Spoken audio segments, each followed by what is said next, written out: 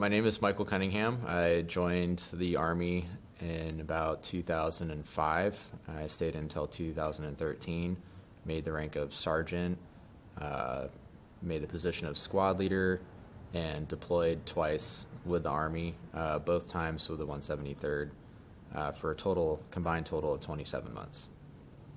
I'm not from Yarmouth originally. I was born in Blue Hill, Maine, and grew up in Belfast area around Morrill in Waldo County.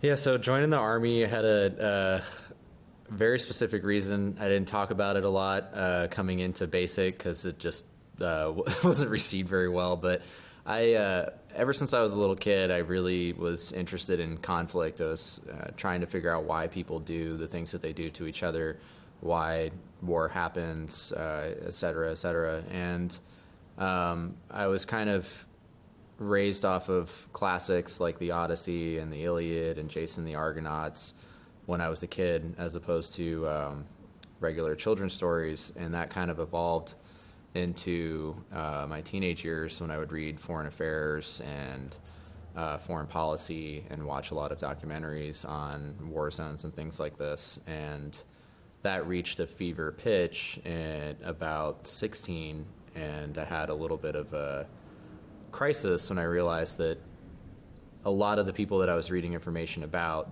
had never actually been to the places that they were talking about. And a lot of the people that we pointed to as experts in our society about far off places had never visited those places, or maybe had done so under careful white glove experience, or had only done it for maybe a week or two at a time. And I realized that if I ever wanted to figure out why people, or have a shot at figuring out why people do this sort of thing to each other, then I would have to go to the heart of a conflict. So I set out to figure out how to do that, and I looked into non-governmental organizations, aid organizations first, like Greenpeace, and lesser-known organizations that help other countries out with technology.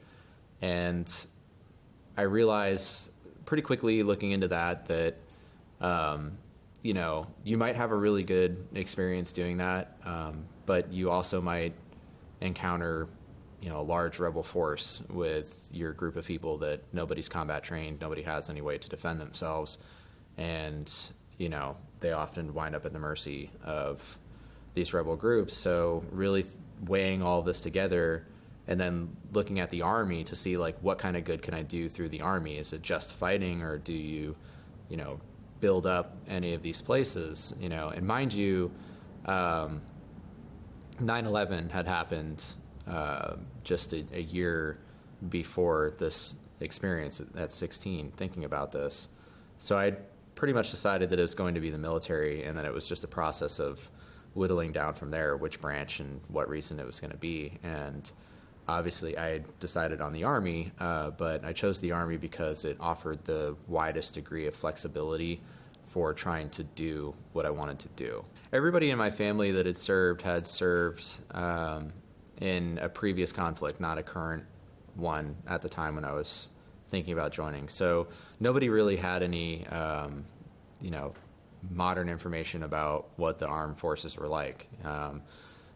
My dad was in the Marines during Vietnam, but it was a short overall experience for him because he had hit his head and got med-boarded out of the Marines. So, it was a very kind of limited experience. And a limited experience on top of being so far away from what I was going to see. So I just had no idea what I was going to be in for when I came in.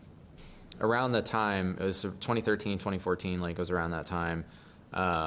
If people remember, there was a Malaysian jetliner that crashed into the Indian Ocean, and no one ever recovered it or found it. And that's the best description I could give for my exit from the military.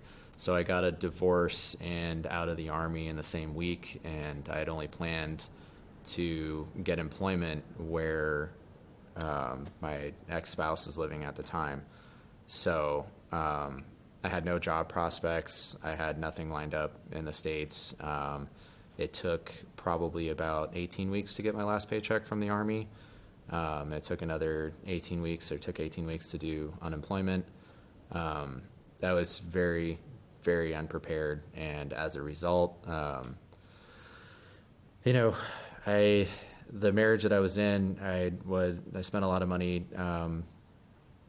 trying to help my ex-wife not lose her child in a custody battle, and so the house was, we just went into foreclosure status pretty fast. I had my car repossessed. I wound up homeless for a good period of time, like more than a couple months, like I think around almost a year. And I just tried. It was really difficult because I lived in Texas, and it's a state where you can get a traffic warrant for a ticket. So if you can't pay a ticket, then it turns into a traffic warrant for your arrest. And when that happens, you can't apply to jobs because you don't have a valid license. And when you do, they'll send the cops to your house to arrest you for the traffic warrant.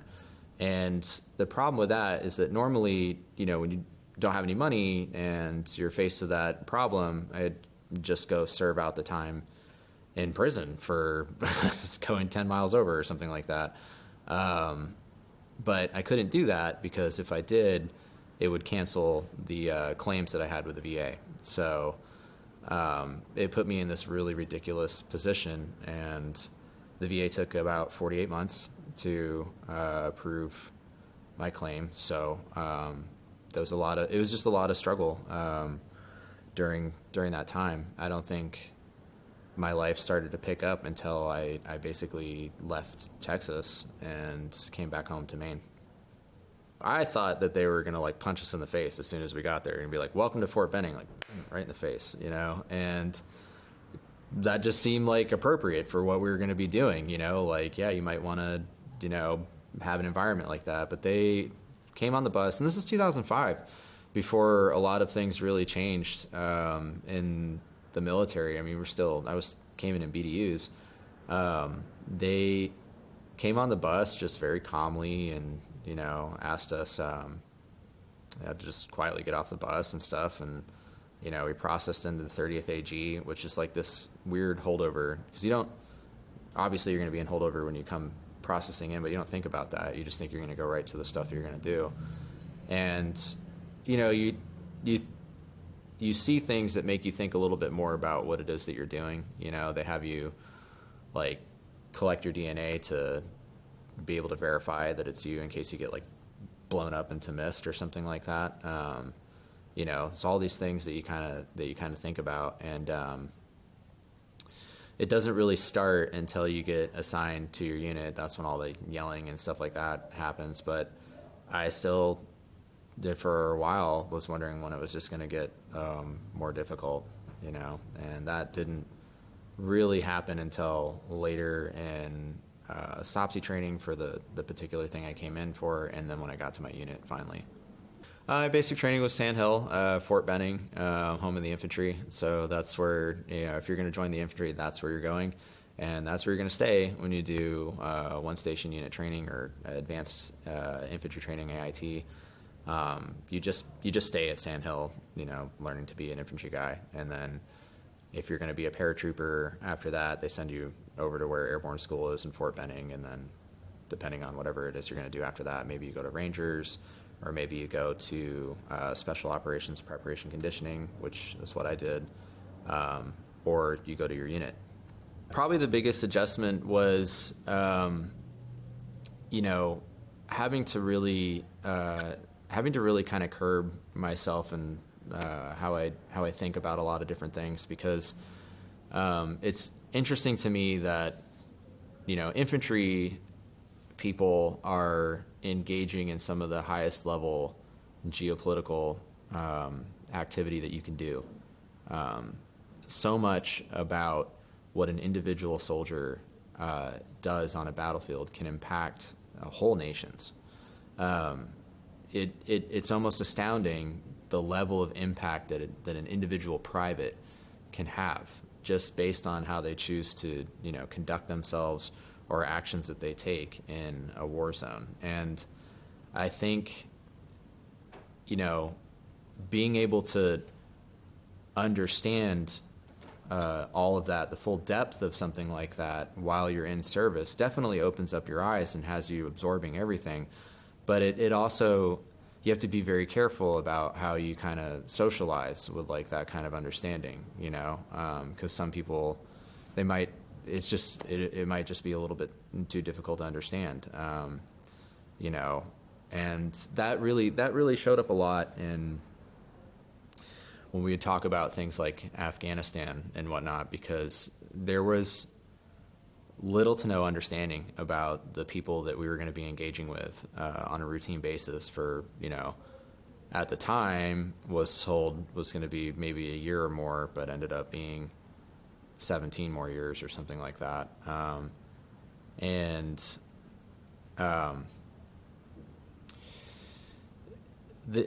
there's just a really limited understanding about those people, and when you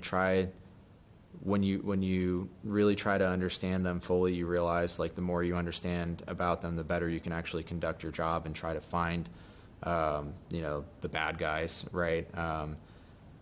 And how that limited understanding actually gets in the way of accomplishing the mission, like how to actually say that to other people that you serve with is like, it's really hard.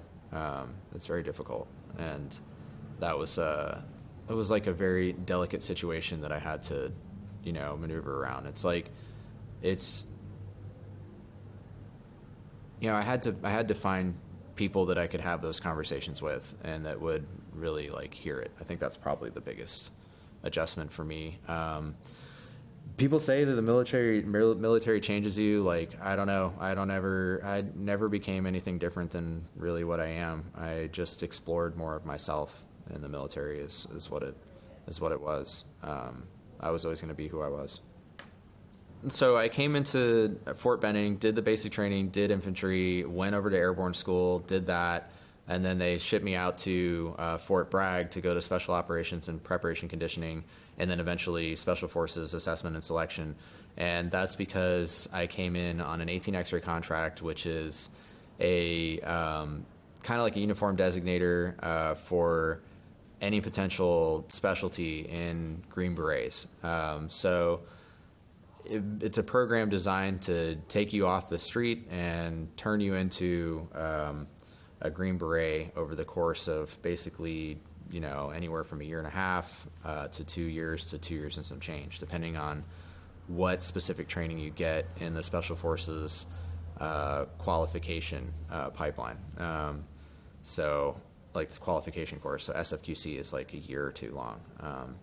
And, you know, obviously as a civilian, that's like really exciting, especially, you know, my motivation for joining was to go into the center of a conflict and really understand war. And the second one was really, I was giving a lot of thought to being an agent with the CIA afterwards and a case officer.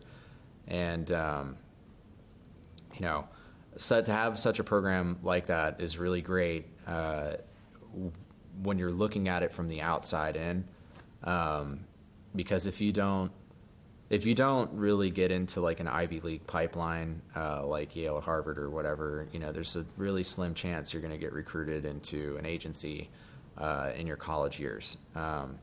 But if you join the Army and get into Special Forces and the Green Berets, like that's the other pipeline. So that was kind of the idea behind that. And all of this looks great for someone that's standing on the outside looking in, wanting to do these sorts of things. But then as I made it through all the SF training, I was doing really great and was definitely going to pass selection, went all the way to the end, and decided to drop out. And I decided to drop out because I very suddenly, one of the things that happens in Special Forces Assessment and Selection, SFAS, is that you are put into a pool of the entire Army. And like, it's mostly the best of the best in the Army. Most of it's infantry. These people are sergeants, staff sergeants, sergeant first class, even. And, you're interacting with them in a very candid environment. You don't have any name tapes on. You just have a number sewn onto your uniform. You have no rank. You have no unit patches. Nothing like that at all. Just the American flag and a number. And you talk to these people, and a lot of them will tell you that they don't think it's a really good idea to come off the street and into that. And I easily can assume a lot of those do that because they want you to drop out to increase their chances. But other people were actually telling you that because it's the truth. It really is the truth. It's ridiculous to come off the street and go through a very safe 2-year pipeline to go become a Green Beret, like with no prior combat experience or Army experience at all. And when I told the people I was dropping out, they were so confused. They were like, they pulled out my scores and everything. They showed me how well I scored. They're like, you were in. What on earth are you doing this for? And I was like, listen, I just don't think it's wise for me to come off the street into this because I don't want to be. It takes about $2 to $3 million to train a single Green Beret, and so a team of 12 people, it's like $36 million, or $26 million, and that can all be wiped out in one instant by some totally junior mistake, like touching something you shouldn't or kicking something that you shouldn't, and it's rigged to whatever, and you just blow up a whole team, So that was kind of the thinking behind that. I was deployed to a place called the Cornwall Valley, which was called the world's most violent place from 2007 to 2008, which was the time that I was there. It was definitely the same valley before and after, so don't let the media title fool you. But it's not hard for me to talk about these experiences because they made it into movies. There's 2 feature-length movies that you can watch about this. One of them was Academy Award nominated, and there's several books that were written about it. I've done several speaking engagements about it. But what's difficult is talking about a combat experience that it's very hard to talk about experiences that don't actually have like a lot of violence in it, So this is the story that I give for an average day in the Cornwall Valley. So this is like a Tuesday at like 10 a.m., or like 9. I was with the scout team, and we went into a village called Darbart, and that's well beyond the line that you cross to get shot at, because there's an actual line that if you cross it, you'll get shot at, guaranteed. And we went in at night, inserted where no one can see us, and we were in a hide position as the sun came up. And the more the sun came up, the more clear it became that we were in a really bad spot, and there was a mass of people kind of gathering around us. They couldn't see us. They were very close. They couldn't see us at all. They couldn't smell us because we wore the same uniform on every patrol, and we never washed them. So they began to smell like everything else around us. So dogs wouldn't smell us. People wouldn't smell us. Nobody would smell like Tide randomly, which they would know is an American. And we would, wait and watch a lot of things like with the scouts, but we happened to pick this really bad spot at the time. And it was like a school was gathering all around us. It was like a lot of kids or something like that. And we just stayed very still, but it became really clear that we weren't going to be able to leave without people seeing us, and that eventually people were going to bump into us and notice that we were there. So we just all decided that we needed to go, no matter how obvious and open that was going to be for a scout element. And the thing about Afghanistan, especially RC East, is like RC South is kind of like a lot of flat stuff, and then there's like big mountains, and like it'll be kind of like more wide open. And RC East is like this. So, all of the roads are this cliff right here on this side, and then cliff down that way. There's nowhere to go when you're on a road. And if you're lucky, you might find a rock big enough to hide behind. And the second luckiest thing you might find is a really big log of wood, but that's not the best. So there's 6 of us, and we're sitting there looking at this stretch of road that we have to get across that's just wide in the open with this huge cliff face on one side and a huge cliff face going down on the other side. And it's bright as day, and we know that they're going to see us running. And so there's 6 of us. We decided to run in 2-man teams, and we have an element that's coming to receive us in Aliabad, the next town over. We have to basically run about 600 meters, and which seems like nothing, but when you're weighed down with about 200 pounds worth of gear, it's not nothing. And so the first 2 guys ran, and then the second 2 guys ran, and they're running. Nothing's happening. And the last guy and myself are looking at each other like, hey, maybe this won't be so bad. And they get all the way to the end, and then just this huge wall of fire erupts all in between us 2 and the rest of everybody else. And this guy, Justin, that I was with, we were both looking at each other. We're like, well, we can't stay here, so there's nowhere else to take to get there, so we're going to have to run through that. And mind you, this isn't like a couple shots. This is like, there's like a symphony of machine guns just dumping rounds, like all in between where we are and where we have to be. And we look at each other and we're like, all right, let's go. And we run.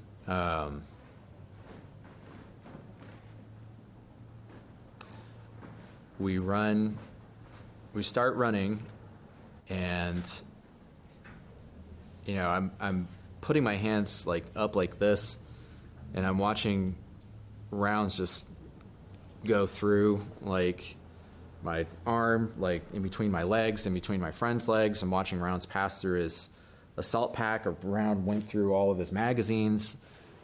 Literally everywhere that we weren't, bullets were there. And somehow we made it through this whole thing. We're running. And I don't know if many of you watching this have ever had an experience where you're running so hard that your lungs kind of feel like they're filling with ice. That happened maybe like 200 meters into it. And we're just like, it's like black, like starting to black a little bit in my vision as I'm running so hard. And,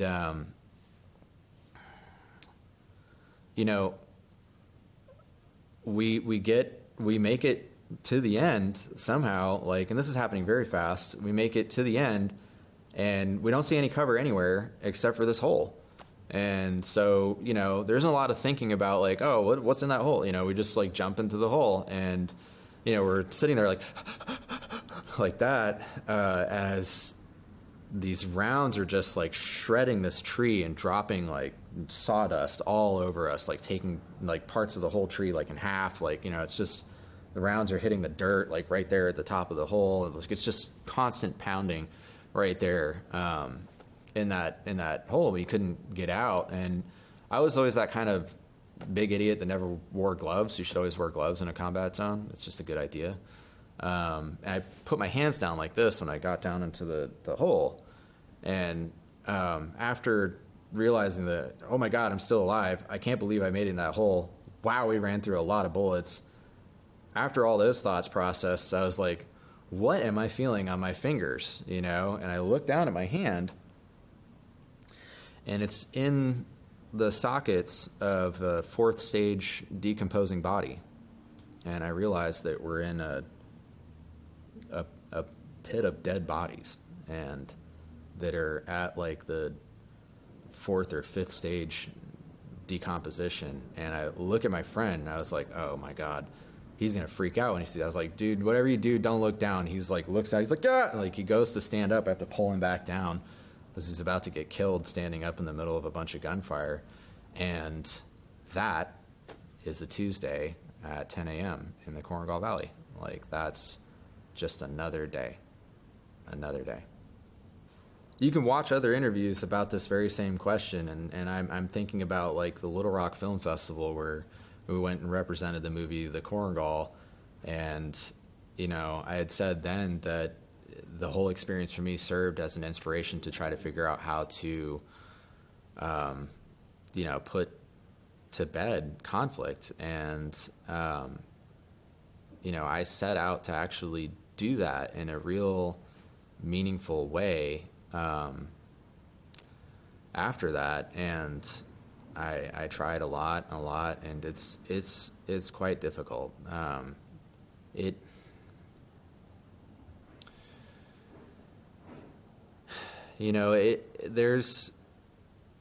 There's a lot of talk about things like othering and where we create an us and them mentality, but I don't think people really understand how powerful something like that can be on a group of people. The most that, if you really think about it, what every human being wants the most desperately, almost every human being, if you strip away all the other ulterior things, you realize that it kind of just leads you to this. And everybody wants to feel like they belong. Okay? Everybody wants to be accepted. That is the core of humanity. And everything that we do in our lives is just a matter of expression of that very core truth. Right? So the differences in foods and cultures and things like that is merely just the desire to, the expression of a desire to belong. Right? Why would we have customs, cultures, music, and food and things that put us into groups if we didn't want to belong so much? The problem is that we don't actually know how to belong all together as human beings. And it's, real negotiation is almost like where nobody gets everything that they want, but, people get some things that they want. And you really think about that on a grand scale with the world, it's like, there's a lot of factors that go into that, because just where your country is depends, is going to largely dictate like how well your life is going to be overall, like what the quality of your life is going to be. How many navigable waterways do you have? How much arable land do you have? Like, this is not the same spread all across the world. And, it's really fantastically difficult. I tried, doing things overseas and kind of going to conflict zones myself, as just myself, and helping people there. I tried, starting nonprofits to help vets nationally. I've, even tried looking into politics and got into that for a while. And what I can tell you, the best thing that you can do to really limit this stuff all across the world is to really just take care of your own backyard. And that's the best that you can do. And it seems like that's, when people say something like that, there's some people that look at that kind of as just a, useless platitude or euphemistic way of speaking, and it's actually not. Because if you create more hospitable local environments and focus on you focus on equitable abilities and equitable opportunities and really just exercising a lot of compassion, that stuff carries upwards into all the places that people in your community will go, because not everybody's going to stay in your community. You're going to have people, presidents are born everywhere in the United States, and so are your senators and all that kind of stuff. And you think about the level of power that exists on a local basis. All of these people grew up somewhere. These people that make decisions to go to war or who to let into the country or all these things, like all of these people grew up somewhere. So you think about, if all of those places that they could possibly come from are leaning into where they're trying to go with a sense of compassion, then we're likely to see better outcomes even globally on how we deal with all this sort of stuff. Because I can tell you that the pathological altruistic, notion of a savior is severely misguided. Stay in touch with as many people as I can. It's the 173rd is not a stateside unit, so they're over stationed in Italy, and they deploy out of Italy to Afghanistan, Iraq, or wherever. It can be anywhere in Southwest Asia, Middle East, and North Africa, and Western and Eastern Europe. So when the Army talks about we sent troops to the border to let the Russians know that we're over here, they're talking about the 173rd is what they're talking about. And what's difficult about being in a non-stateside unit is that there's actually just no physical place that you can go to where you can go, I'll probably see like a quarter or like 40% maybe of the people that I served with. Because a lot of people just get out where their unit was and they just live there. And that doesn't happen. You get on a plane from Italy and you go back to wherever it is you're going to. Usually it's another stateside unit, or it's Fort Couch is what guys called it when they would go home. And so it's just almost none of these people are around in my immediate life, and that's really hard because there's only so much that you can really talk about with a lot of people, like even civilians. There's some, you'll find civilians that will just go the whole distance and like be able to talk about the whole thing and think very objectively about it and not let what, society has told them that they should think about it or how they should respond to these things, like not let that get into their head, and they just interact with you, just based off the stuff you're talking about. Like that's pretty rare. And the people that you really get a chance to do that with like very well are the real like close friends that you made in your unit. And the beauty, like the flip side, the plus to the 173rd is that I can't remember the exact name of the program, but it's like some type of legacy program. So the quality of soldier that came into the 173rd was really high. And a lot of the people there were quite intelligent. And, there were people that had like a master's degree in chemical engineering. They were in just a private in the infantry. It's like, what? It's really confusing. But those people are really great to talk to about the experiences that you're, having and things like that. So the unit was like a really kind of a thinking unit. And it's just hard not to have that kind of conversation, like whenever, you have to catch someone on the phone or may plan a time or something like that. It's like I can't go down to my VFW and just see one of my boys. That, but yeah, I stayed in touch as much as I could. Absolutely. Considering where we were, there was actually a surprising amount of ability that we had to communicate with people back home. So we had Army Internet, which is like Nipper is what it's called. It's the non-secret version that they have. We had that for a while, that we were able to like log onto Facebook before they locked down on that. But then we got like a civilian internet satellite that we used. And then even the fire bases eventually got phones and computers, except for OP or Restrepo. But yeah, I mean, people were able to definitely talk to their family a lot. I probably talked to my family a lot less than a lot of people did, mostly because I really joined with the express purpose to do exactly what I was doing.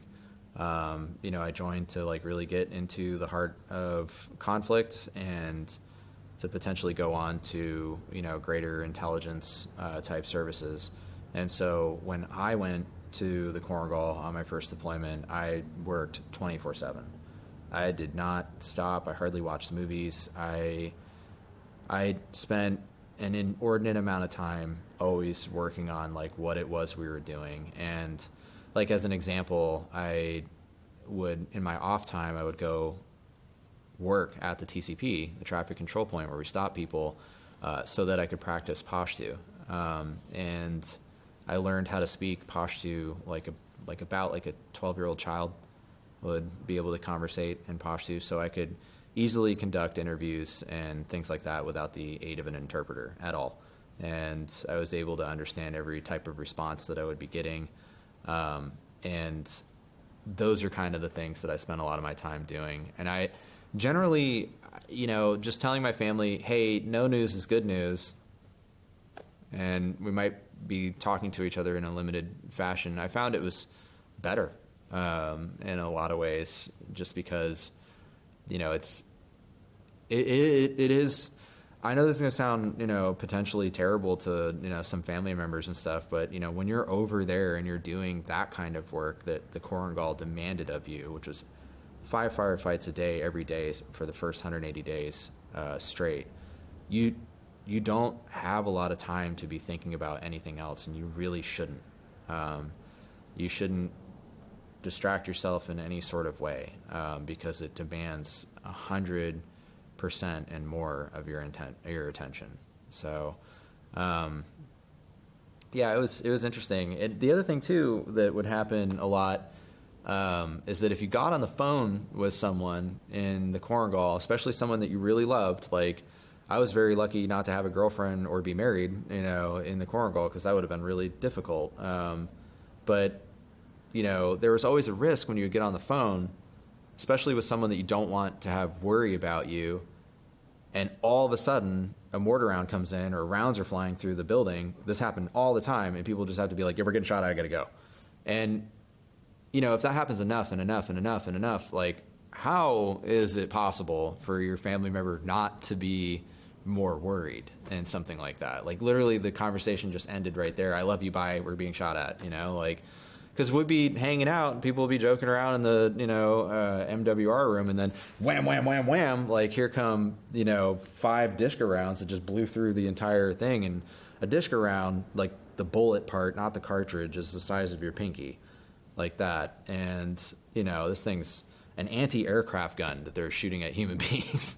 And that, the Dishka is the smaller one. The Zook they would have is even bigger. So you can imagine it definitely changes what everybody's doing when rounds start flying in like that, So I just kind of felt it was best to maybe do those phone calls like at night if I was going to do them, and I did them. I think I did the amount that I just the amount that I needed to do, not to make, not to have people feel like lonely or, or get too worried, but definitely stayed away from doing anything more, because of that. Really it was not wanting to make them worry too much. And, I would tell my grandmother all the time, you should pray for the people shooting at us, because they're going to need it. But it was also, I was just very dedicated to what I was doing, like always trying to find where the bad stuff was coming from. So, always on mission. So I went on my first leave after being in that valley for 10 months, which is a 15-month deployment. It's about 460 days or something like that. I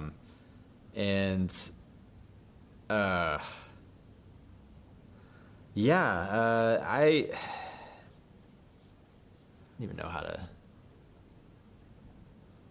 even remotely sound appropriate about this, but so you're just, it's like Lord of the Flies. It was Lord of the Flies, literally. There were scenes that was like, this is the Lord of the Flies. Like, the Korengal Valley was just not, it was so far off the reservation for normal experiences in combat that even just talking to other people that have been over to Afghanistan, they're like,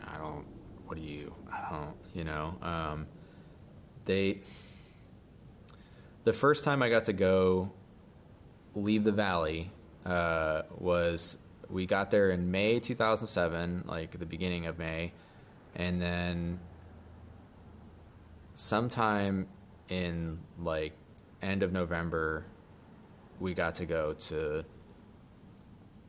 a base over there, and just like over the mountain. And what a world of difference that was. It was crazy, because we got over there, they had been shot at maybe 3 times since we had been there, and I think our company is already like past 1,500 firefights or something crazy like that.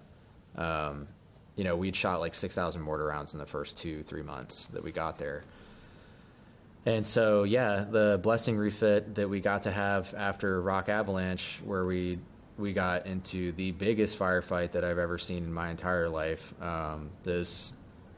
The term Symphony of Destruction, I think, accurately describes what that experience of Rock Avalanche was like. But we lost three people, and a lot were injured, and it kind of took a lot out of us.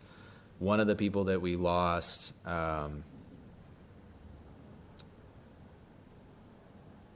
was just like superhuman.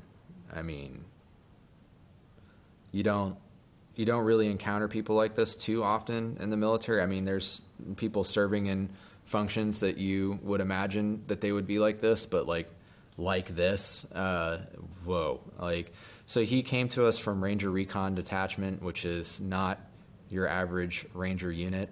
In fact, it's more on tier with like Delta Force or something like that. I would put them a little bit above Green Berets even. They're highly, highly advanced, highly specialized unit, very, very capable. And I watched this guy carry a Barrett 50 cal up the mountain on top of a standard loadout for scouts, which is not your standard loadout for regular infantry. And a Barrett 50 cal weighs about like 40 pounds, and the 50 cal rounds are extremely heavy, for their size and stuff like that. And he's carrying this whole thing with ammo, with all his other stuff, his M4 and like laws and things like that. And we're going up about a 1,000-foot incline, or it's some of the smaller mountain things. We have an OP up at the top where we're going to OP1. But it's a very vertical climb. It's like nonstop, hard Stairmaster. And so every time we did this with the scouts, we'd do it for time. And the records was like about like 19 minutes with all that gear or less. But in this particular instance, I watched this guy, Staff Sergeant Rugel, the scout that we lost in Rock Avalanche. I watched, he passed a kidney stone on the way up there. We're like, he was like, went over to the side. He's like, I got to pee real quick. And he's just, and we're like hearing that, and then kind of disjointed stream or something. And we're like, are you okay? Like kind of not really sure if it's safe to even ask this guy a question like that. He says, I'm fine. And just continues right on carrying this Barrett all the way beyond where we were going, even after passing a kidney stone. Just like, yeah, like that's totally normal. We lost that guy in Rock Avalanche, and that kind of loss just rattled so many people, because we're thinking, if that happened to our best guy, where does that leave me? Was kind of the feeling about that. Every experience in Iraq and Afghanistan is different. You can typify some experiences generally, like broadly. Like if you're the infantry and going to Afghanistan, like you're probably looking at an average. This is the average experience. Again, some are above, some are below, but it's about a firefight a month, and like 2 IEDs for the whole deployment, or maybe 1 IED. What we were being told was just like so much, and we're like, even before we got out there, people are like sending us these videos, and they're like, oh, it's hell on earth, you have no idea what you're getting yourself into, yada yada yada. And so we're flying into Bagram, and this is a really crazy time too, because you're taking things like methylquin, which affect your sleep and stuff. After a couple dreams of that, I went to Doxy, but for malaria, anti-malaria medication. And but you get into country, and you get into Bagram, Afghanistan, which is like a smaller airplane or airport kind of town, city right near Kabul. So it's very it's a metroplex area, and the base is huge. It's like a city on itself. It's very, very, very big. It would be like being in a big stateside base. Is how big that it is. And there's traffic. There's like stoplights, things like that. But you get there and everyone's like, they're really cheery. They're like, hey, welcome to Afghanistan. This is going to be really great. This is so much fun. We've got all this cool stuff here for you. We've got green beans. We've got Popeyes. We've got, Taco Bell. We've got Burger King over there. We've got salsa night that happens. You can meet, people and socialize. And there's like trivia nights and like yada, yada, yada. And there's all these places that you can exercise at. The gyms are fantastic. The food's really great. And we're so glad that you're here. I'm like, okay, cool. And they're like, where are you going? And we're like, we're going to the Korengal. And they're like, oh, well, nice meeting you and good luck. We're like, that was weird, and everybody did that to us at Bagram. And then we flew to Jalalabad as we're getting closer to the Korengal. Jalalabad's another pretty big, place. I think we landed a plane on that one. We get out and everyone's like, hey, welcome to Jalalabad, same spiel. And, they asked us where we're going. We're like, we're going to the Korengal. And they're like, oh, well, good luck and nice meeting you. And like, this is literally the reaction we were getting like at what felt like every place. And then finally we take a Chinook to Asadabad. A Chinook's like a flying school bus with two rotors. It's the best way I could describe it. It's like it's a helicopter. And when they land at places where there isn't a lot of problems, it kind of hovers a little bit, make sure they're nice and level, and then it gently lets down, and then they, hydraulic door takes its time going down, stuff like that.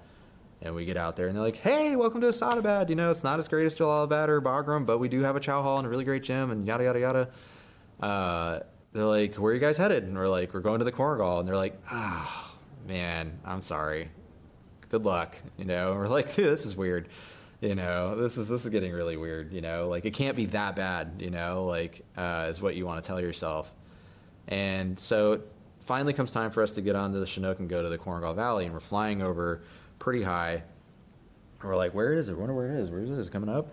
And then all of a sudden, the Chinook just starts diving down. And we're like, oh, I guess that's it right there. The flight line just starts nose diving into the flight line, just nose diving down to the Korengal's flight line.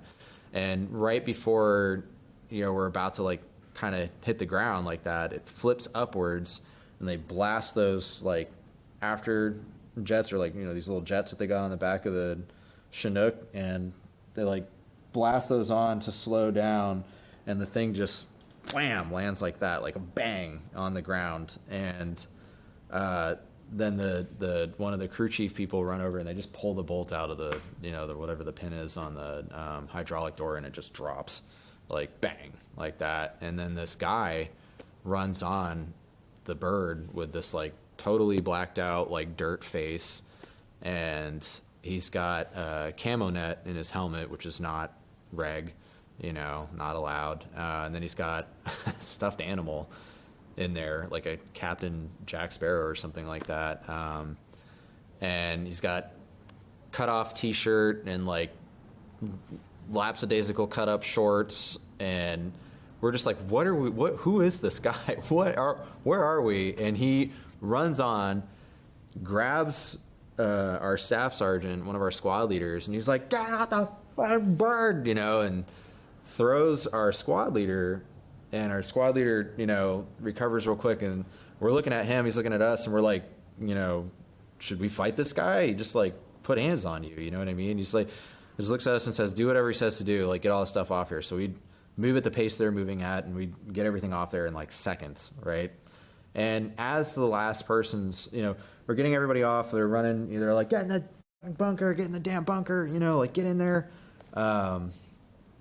And as the last person has put their foot on the ground from the tailgate, and they're lifting off their last, like their second leg or the leg behind them off the tailgate, the Chinook is just taking off into the air, right? And it gets 60 feet about 60 feet or about 80, 60 feet, something like that, and a mortar round lands bang right where it was.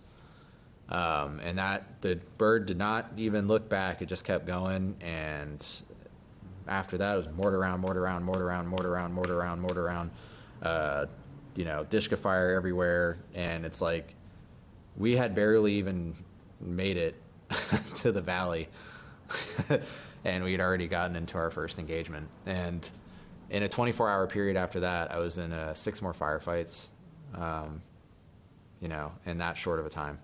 I didn't sleep that night because none of our radios worked, and I had to fix all of that because I was the RTO at the time, and we literally just,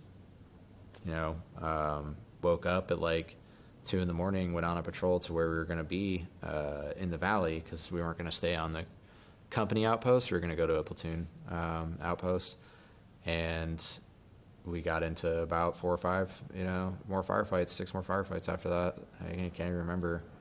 Yeah, that was the first day. I always had like a particular fondness for my dog tags, and I like added little things to them through time, and I had like a little cross from Mexico on there, and then we had a company dog that we really, really loved, and that was just like an unbelievably good dog. It was like really good. And the Afghan, the Taliban fighters that we were fighting against kidnapped our dog, and they hurt him really bad, and they like cut him up and stuff like that.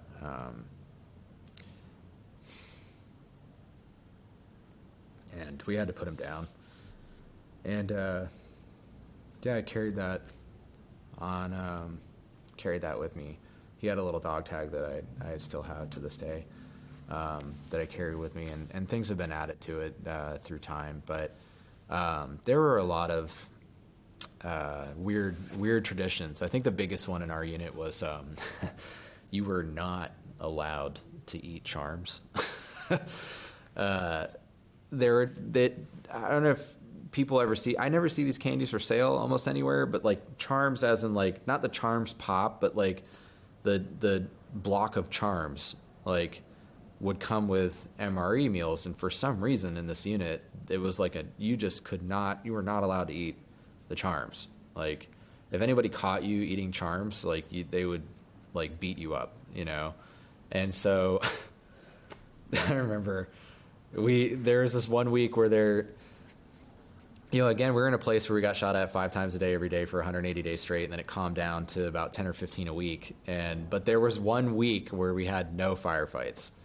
And oh my God, like after 11 months of being there, and no firefights, like everybody was losing their mind. And then finally, like this one kid was like, I can't take it. And he ran over and grabbed a bunch of charms and just plowed them in his mouth. Everyone's like, no, like fishing them out of there, like throwing them down the cliff and stuff. It was just chaos. But yeah.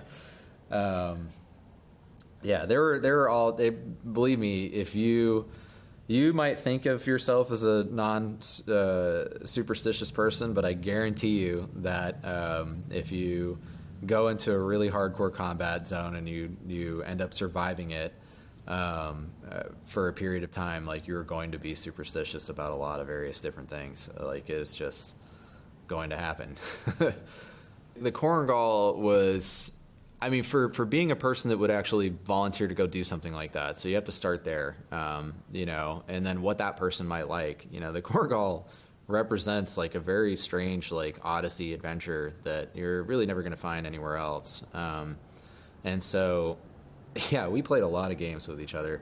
So what I noticed about units that went to the Korengal, 2 things would happen. You're going to go crazy. You're going to go crazy. That's guaranteed, right? The type of crazy that you turn into is that's the question, right? And so a lot of the units that, like the one that we replaced, seemed to be like kind of we're a little bit, all right, we're done, and like we're kind of just very nervous. I don't want to say that they're like scared individuals or anything like that, because they've been there and they were there for 16 months. It's crazy. But they had like when they hit their quota, they're kind of like, I'm not going out anymore. I'm not dealing with that. I'm not, doing that stuff anymore. And that's kind of the one way. And then the other way is that you just get even more crazy about what it is you're doing. And that's what happened to our unit. So we were constantly just trying to like up the ante with all these different things. And so, like for example, my team and I got, when I was on a line team, we got stuck out at OP1 for a week, and we decided it'd be really cool if we could make OP1s like this, by the way.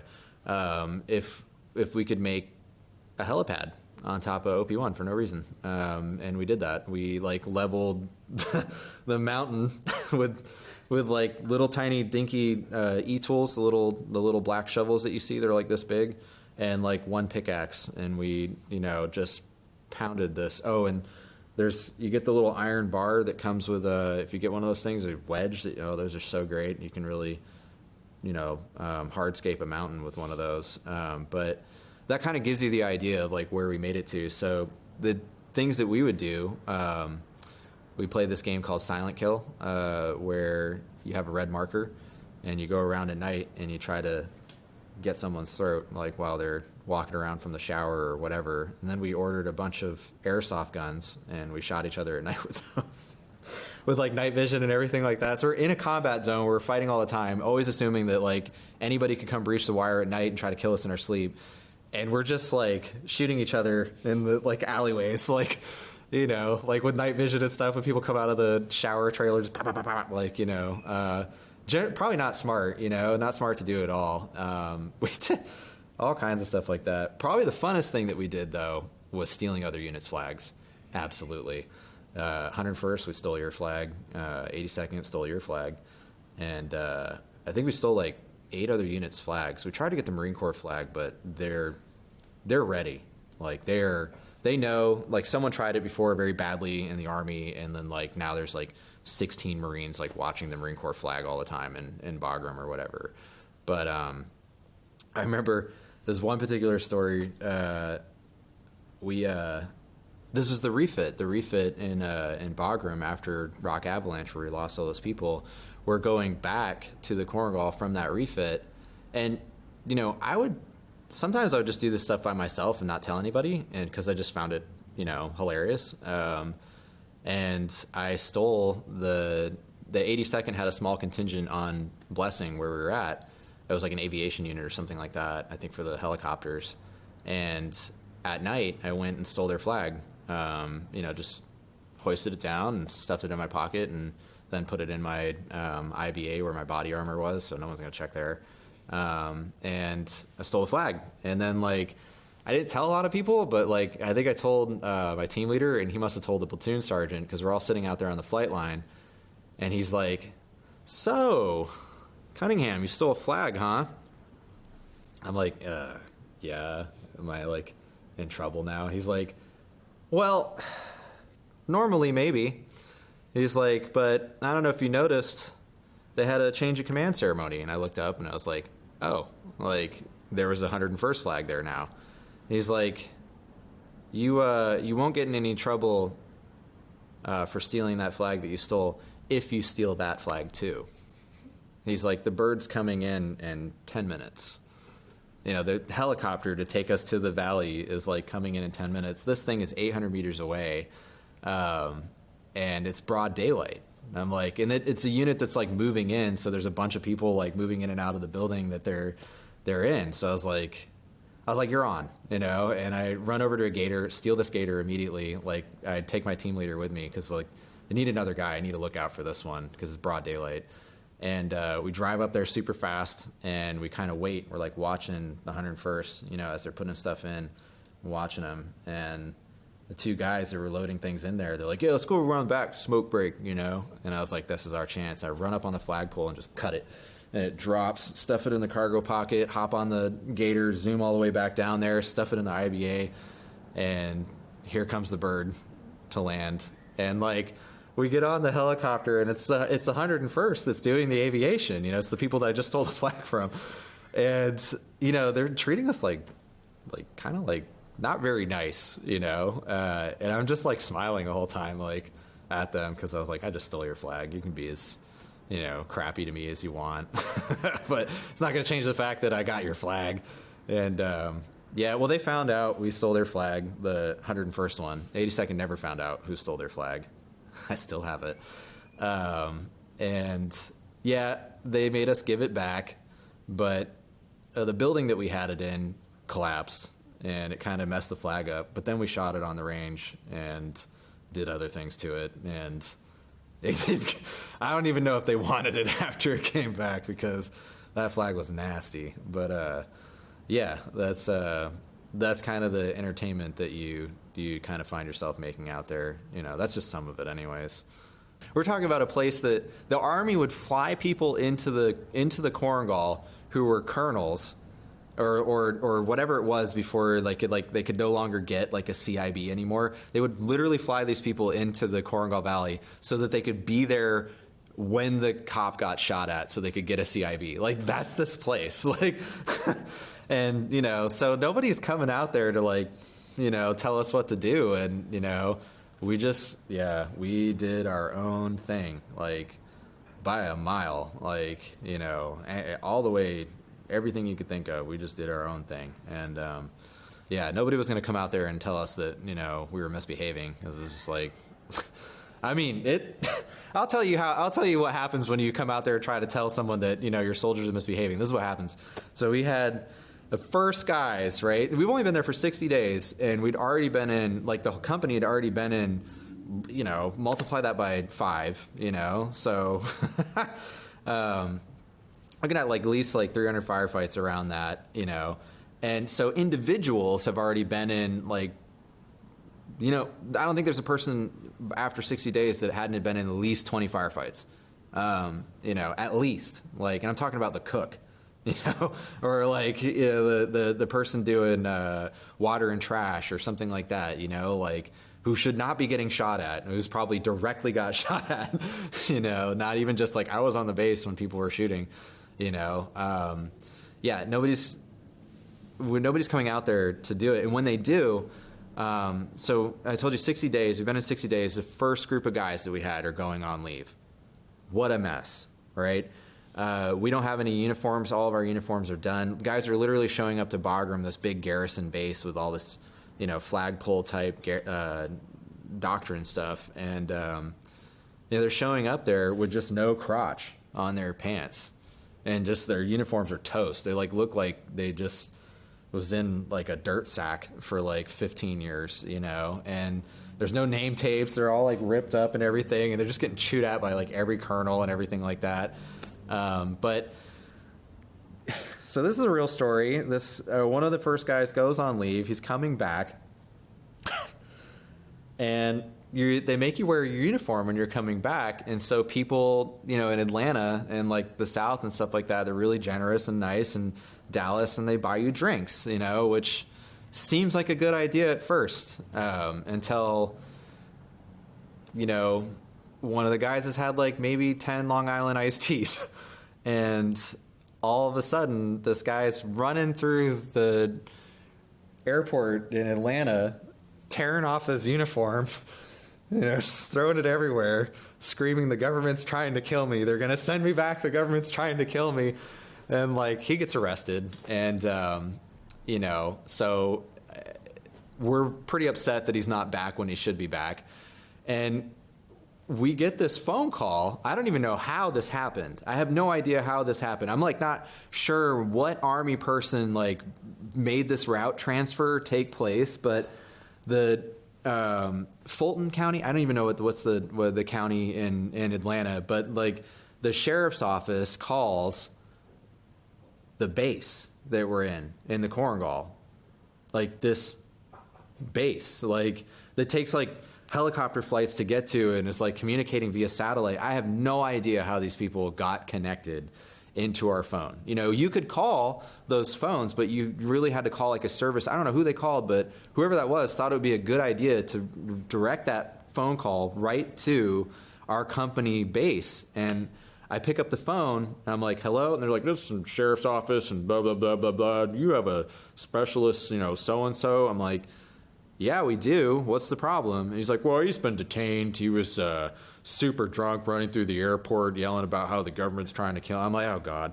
I was like, hey, First Sergeant, this is in the middle of a firefight, by the way. This phone call shows up.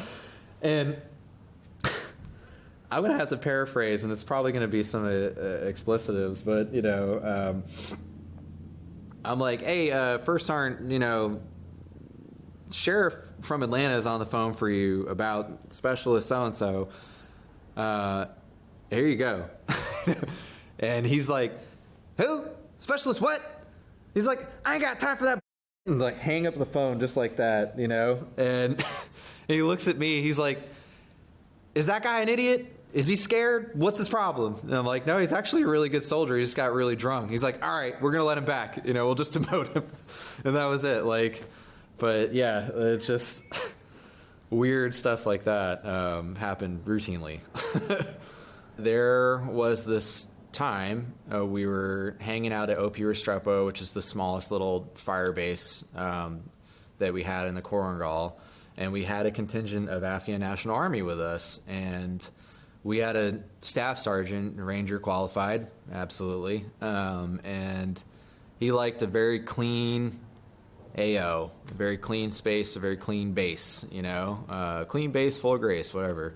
And he had been telling the Afghan National Army guys, the ANA, over and over and over and over and over and over for them to clean up their stuff and to stop throwing food right behind their space, to go further out with that, so the animals and flies stay further away. All really things that you want to do when you're living in an environment like this. And well, they didn't, and they just continually ignored him, and then they kind of started to make fun of him a little bit. And one day he decided that he had had enough of this, and he came marching down to where the ANA are and looked at all their stuff, and they had a lot of cots that they have, which are kind of like beach chairs, is the best way I could describe them. And then they had one U.S. Army cot, which was their flagship cot.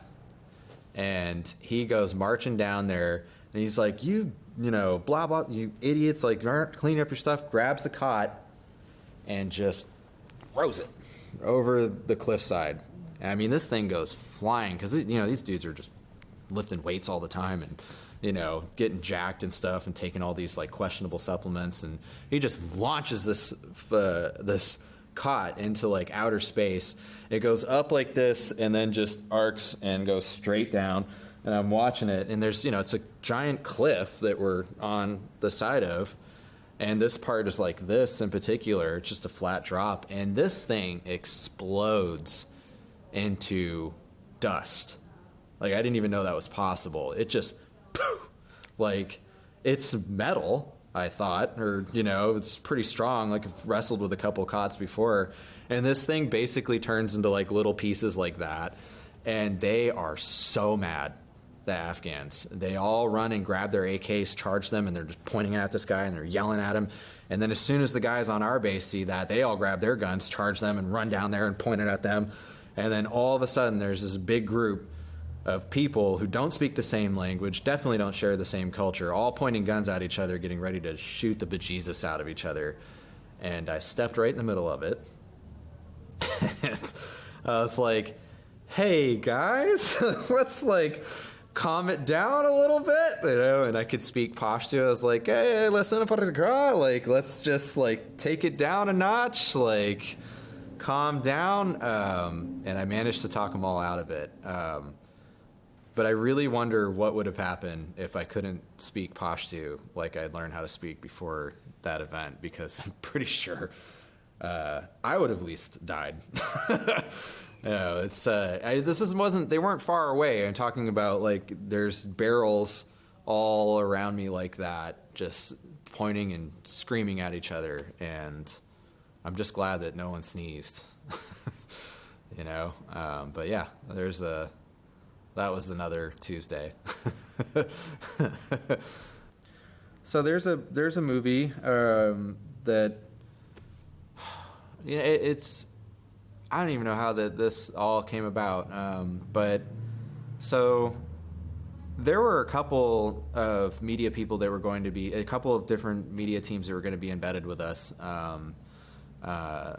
like kind of consistently, and it really only turned out that like two were like had that longevity in embedding, and it was a team from the New York Times, who were very different from the other team, which was I don't really know who they were affiliated with at the time. They didn't really have anybody that they were affiliated with, but it was the author Sebastian Junger and the award-winning photographer Tim Hetherington. They were a team, and they showed up and they embedded with Second Platoon, the platoon that I was mostly with in the Korengal, and we really thought that they were going to be like this kind of pretty big drag, because it's two more mouths we had to feed, it's two more people that we had to figure out, and they didn't have anything to defend themselves with. Sebastian Junger refused to even touch a weapon to maintain objectivity, as Zoe said it. Tim didn't really care, but Sebastian definitely did, and so we didn't know what those were going to pan out to. And the first thing that any of the footage showed up on was NBC Nightline, and it just blew up after that. I mean, nobody knew what we were doing, who we were. Nobody even knew that this was happening out there. And that Nightline footage showed up, and all of a sudden, like, people were randomly like offering to pay like some soldiers like debt off and stuff like that. We couldn't find toilet paper when we first got there, and then all of a sudden we're like drowning in toilet paper, and people are sending us like an Xbox to play and stuff like that. It was crazy, but so NBC saw this, Tim and Sebastian saw this, and National Geographic bought the rights to a lot of the movie footage to make it into a movie. At least Sebastian still retains a lot of the rights, of course, and Tim with his trust and everything. He's no longer with us, but they ended up turning it into this Academy Award nominated film called Restrepo, which was it was weird. It still is weird when people about Restrepo, and I always want to be like, yeah, I know Juan Restrepo. That was my roommate. So it's really strange sometimes to see, because we named OP Restrepo after Restrepo. We kind of had a thing where we named the fire bases after the first two people that we lost. And, that movie had a lot of success, and a follow-on movie came out of that, The Korengal. Then Sebastian wrote the book War. He wrote the book Tribe, really, kind of after that, and it's still a heavy, heavy amount of influence from that deployment. I've found pictures of my friends in that deployment on magazine covers in Italy.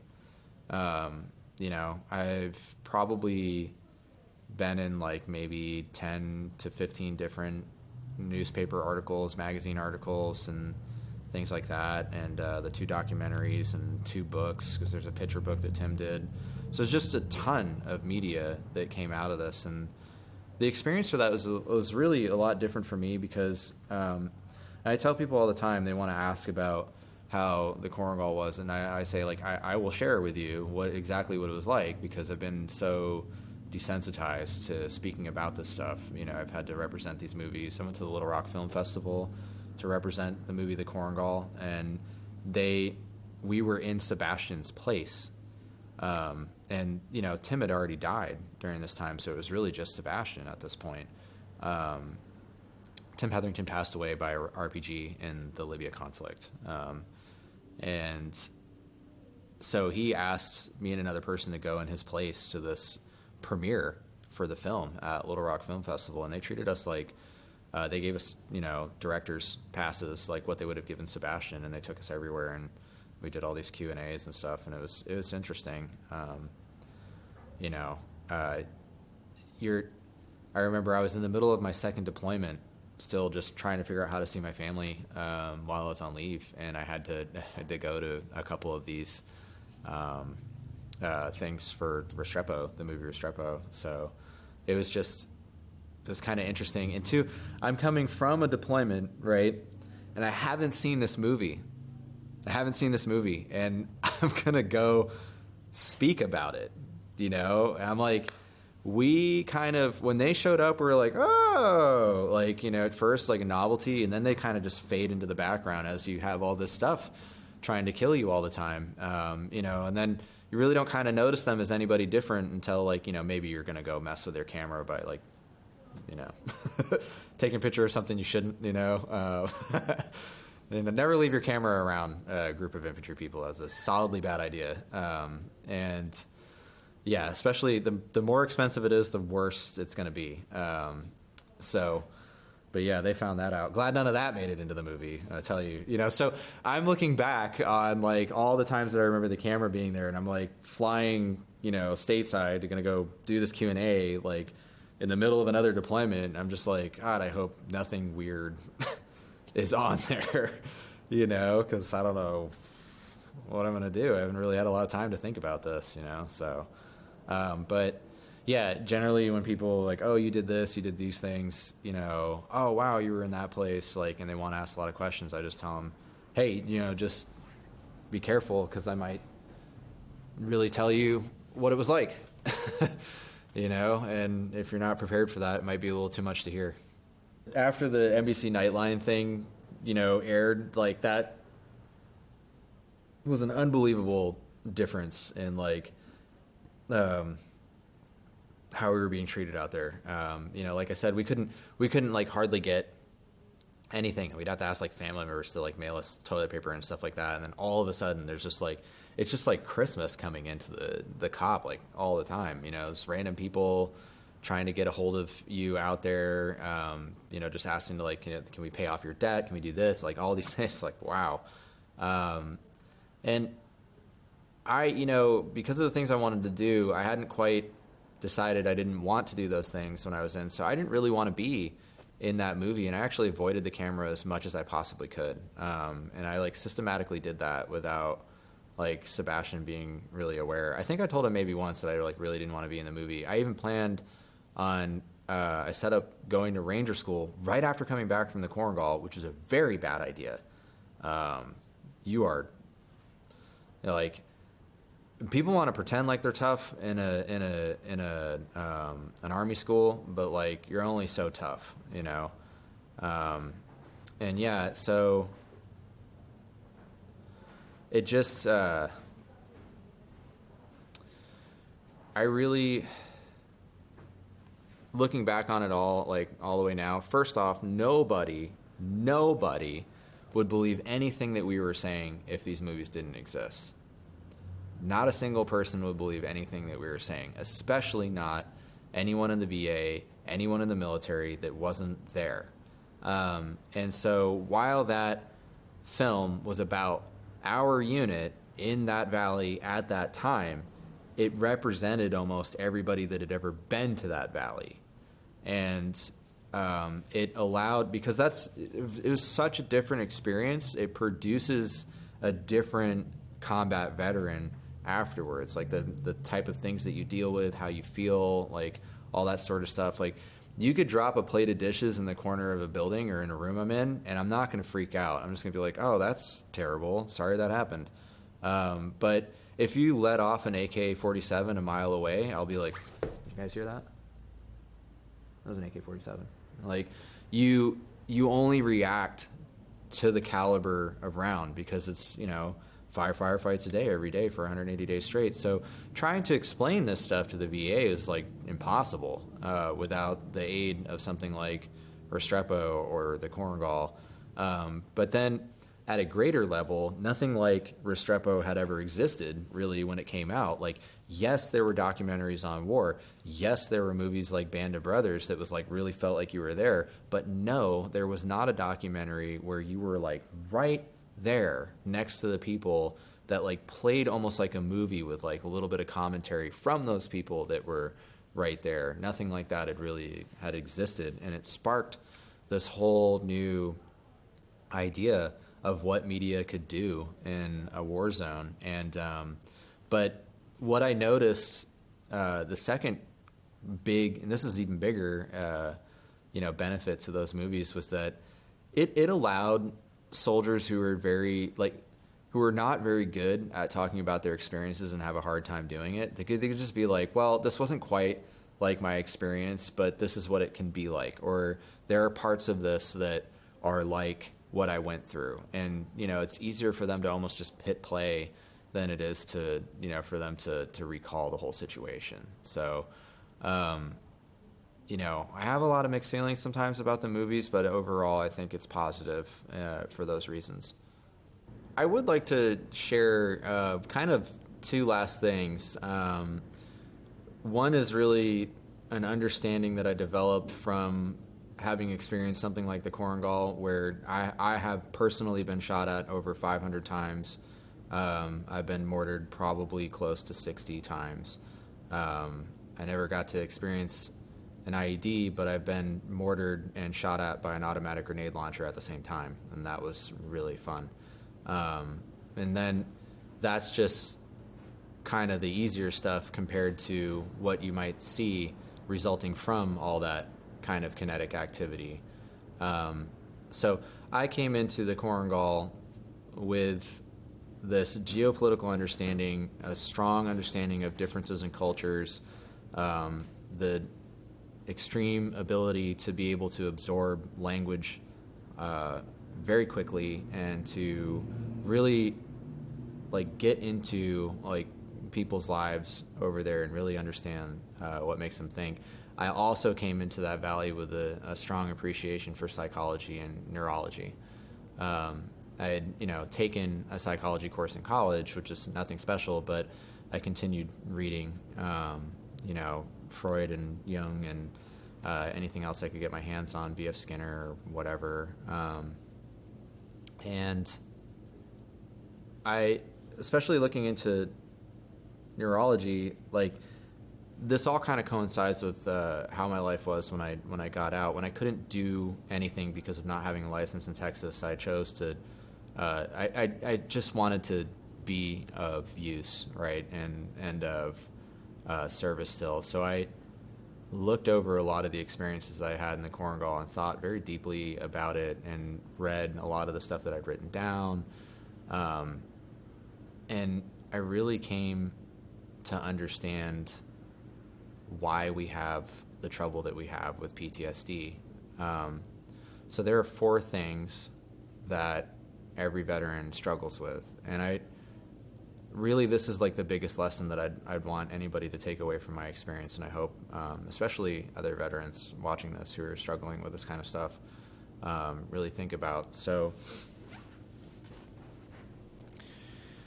when you come into the Army, they train you on what's called an E-type silhouette. And an E-type silhouette is a cognitive conditioning device for you to shoot at that resembles only 2 things that you could possibly find in nature that match this, and that's a gorilla and a human being. Mostly when we see head and shoulder silhouettes, the only thing that we're thinking about is human beings. And what the Army has figured out is if they elevate your heart rate to a certain degree that matches where you might be or mimics the experience of bodily stress that you would be under while you're in a fight or flight situation, they can correct your choices to fight. So when someone's faced with a life and death situation, you always hear fight or flight, but there's actually 4 choices that human beings typically make, and that's flight, right? Fighting, or posturing, or submitting. So people will run away. They will pretend like they're fighting, so they'll shoot around what's shooting at them, but they won't try to kill it. And then there's just giving up, laying down, and submitting entirely. And then there's fighting, like hell to kill whatever's shooting at you, trying to kill you. And the Army, it's really murky on what the actual truth and evidence of what I'm about to say is, because the person that wrote about it, Men Under Fire, SLA Marshall, has been known to be somewhat of a little teller of tall tales. And so the point, though, is that the Army believed that only 1 out of every 4 people in World War II actually tried to kill Nazis. And that's kind of crazy when you think about it, and really speaks to the human condition, how much we really don't want to kill each other. And that's ingrained in like species everywhere. If you ever watch animals fight each other, like 2 turtles, they just try to flip each other on each other's back, knowing that could probably kill them, but they could also potentially recover. So it's not going to be the turtle that kills that turtle. It's just going to be the condition that turtle's in that might kill them, right? And that's present in human beings. We don't want to kill like things. And the Army found that if they have you train on an E-type silhouette instead of a bullseye, that they can effectively negate the 3 other choices and kind of push people into just responding back with the intent to kill without thinking about it so much. And then the next step up from there that they did was they really made a culture of kind of death, more or less, where I'm not going to repeat the same things that you hear in basic training, but they really tend to dehumanize the enemy, which is a thing that I didn't do because it didn't make any sense to me to sit there and look at an entire group of people as all the things that they, all the terrible names that they want to use and really think poorly of them. I was like, no, this is a small group of people that are causing these problems for us, and they're likely causing a lot of problems for these people too.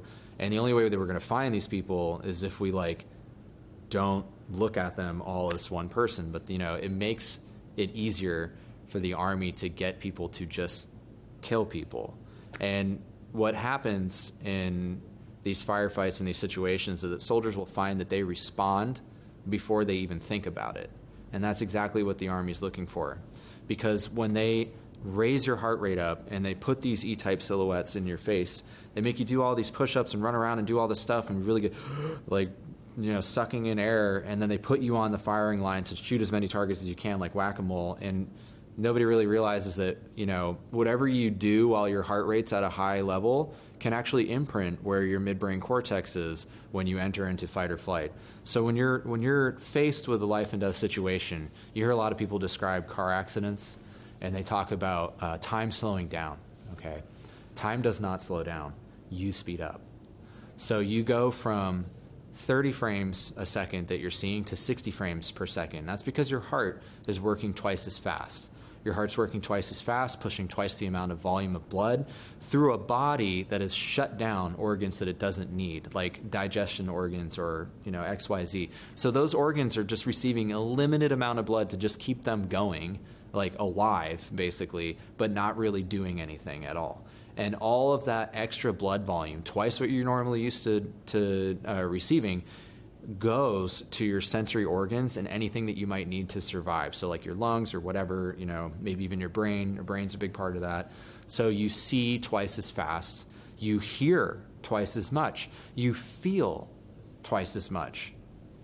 And what makes the Korengal a unique experience and been hard for me to talk to the VA about is that if you go through that life and death situation every day for 180 days straight, like literally just walking outside, you're going to get shot at, like every moment. Like I've been shot at probably 50 or 60 times while going to the bathroom. That's extreme. And that's more than some platoons have for deployment. But so when you're in that situation more and more and more, it goes to a thing called condition black, where you do 3 times the amount of blood, and you can see 3 times as much. But everybody goes through this increase, and it's what has kept our, species alive here on this planet when we weren't even anything close to apex predators. This is the thing that kept us alive. Like people talk about communication and things like that, but that wouldn't have got us anywhere without this special ability that we have inside of us. So there's a reason why I'm talking about this, because the Army puts you through these training situations, makes you into this ultra effective killer, right? But they do not talk endlessly about why you should do this, what should be the points of this? When you come in the Army all the time, you hear that the Army has a manual for everything. The Army has a manual for everything. You got to take a pee in a field, the Army has a manual for that. If you want to set up a cot in space, the Army has a manual for that. But what I found, what I could not find a manual for was ethics. I couldn't find a manual on morality, ethics, and principles of dealing with warfare. Like, why do we go to war? You think that question might have been addressed once or twice in Army doctrine. Not just your drill sergeant said something one time, or your staff sergeant said something one time, or your team leader said something one time. Good for them, but it's not uniform. It's not doctrine. And that's a big problem. That's a big problem. It's a big problem to turn people into incredibly effective killing machines and not tell them over and over and over and over when you do that this is why we're doing this. This is why we're doing this. And instead, what you hear over and over and over again is the racial epithets that you might hear about, like Afghans or Iraqis or whatever it is, or ethnical epithets. All this stuff to get you to other the other person, on top of getting you to become an incredibly effective killing machine, right? And yeah, that works great in the Army. The culture goes on doing what it does. You're not going to get in trouble for saying the things that you say. You might not even get in trouble for making pretty bad decisions in combat that might result from training like that. No. And you're never going to really experience too many things that the immediate culture around all of this is going to understand. And then you get out, and you haven't really figured out what the difference between a threat to lifestyle is and a threat to life is. So because we're not told these things, why we're doing this stuff, what would be a typical threat for something that we'd have to respond with ultimate violence with, because we're not being told those things, we attach that to anything just makes us feel like our life is ending. So if a veteran gets an eviction notice, if a veteran gets said that he's on a personal improvement plan at work, if his wife or girlfriend is going to leave him, or whatever it is, all of these things, right? Veterans will respond to those situations just like they would respond to someone shooting at them. And that is where people's real life problems are happening for veterans. That's where it's really happening, right? A typical situation would go something like this. You are in Iraq or Afghanistan, you're sitting around on your bunk, you're watching the season of, 24 or Orange County, depending on who you are. And it's 10:23, 10:25, you got to be out at the motor pool or the staging area to go walk or drive or whatever it is, and you got to, you're just fine, you slam the DVD shut and throw it to the side, and you throw on your equipment, you run out there to the briefing area, and you listen to the platoon leader talk about how we're going to make all sorts of friends going into the town and stuff like that, and get to the town, set in security. Sir, you got 10 minutes, and we're really being generous here to talk to these guys and all that stuff, and you got your security in. 10 minutes after that, we're leaving, sir, okay, so go make it happen. 10 minutes goes by, 15 minutes goes by, 20 minutes, hey, sir, we gotta go. 25 minutes, sir, we're gonna leave without you if you don't stop talking right now. And, you do, get back to the base, you live another day, right? So you come home, okay? You're sitting on the couch, you're watching a football game, and your wife says, oh, we really need to go to the grocery store, and I'd like you to come with, to make sure you get the things that you want, because it's been so long since you're here, a year that you've been gone, You're like, okay. You get in the car, you get to the grocery store, you got to get to the grocery store, you get to the grocery store. What's on the list? We got to list this, get those things, okay? You get to the checkout line. You didn't put that on the list. I'm sorry. If you don't get it right now, by the time I check out, we're not getting it at all. You get everything in the cart, you get everything in the car, you get back home, and you live another day, right? So you've conditioned yourself to live this way throughout an entire deployment, and then you come back home, and you're still conditioned to live that way.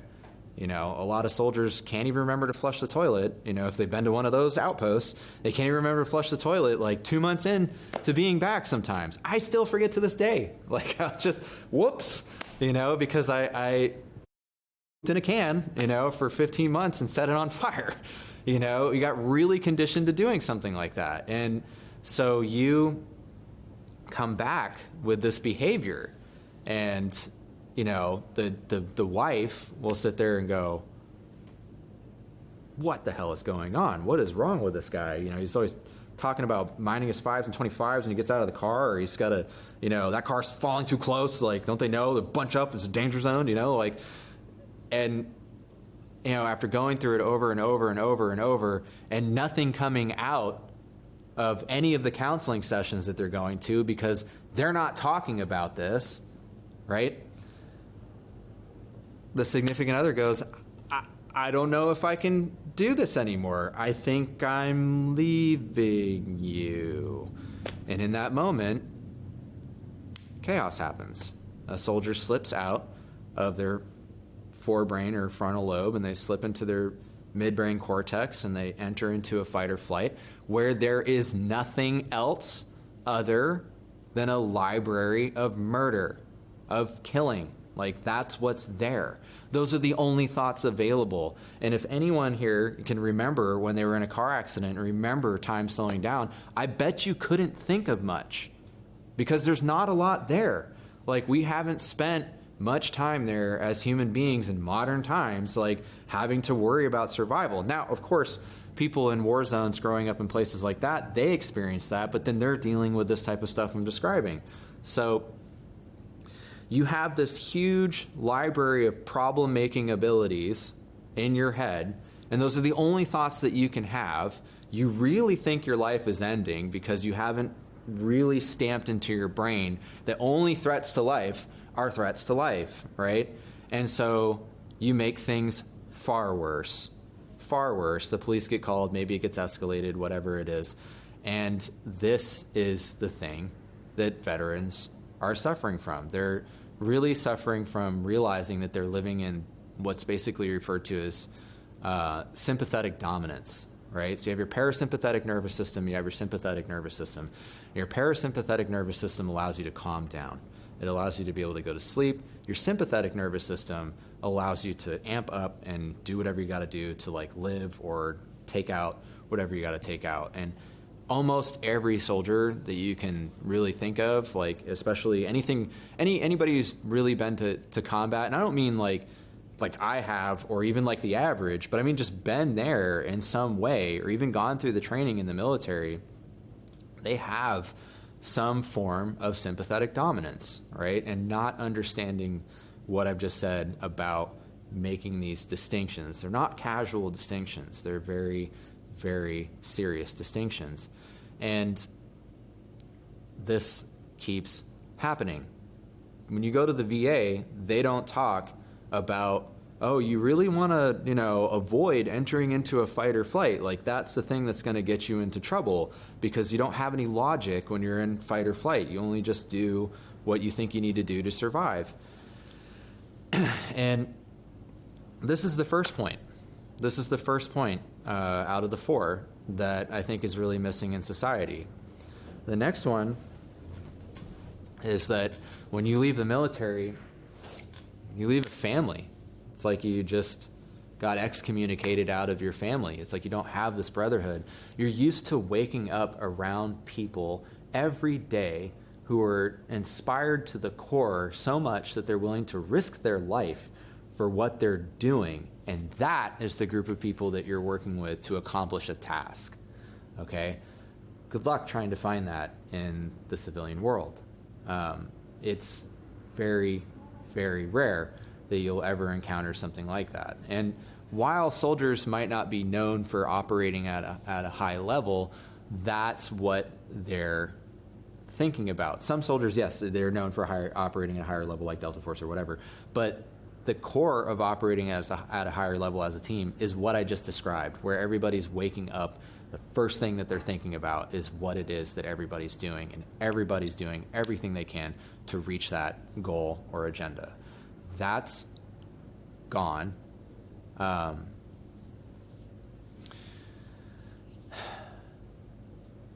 and then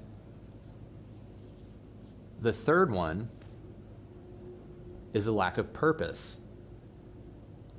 Again, what is something that's going to get a bunch of strangers who would normally never be friends with each other to get up, to risk their lives, and really push to work hard to accomplish something? That is purpose that gives that.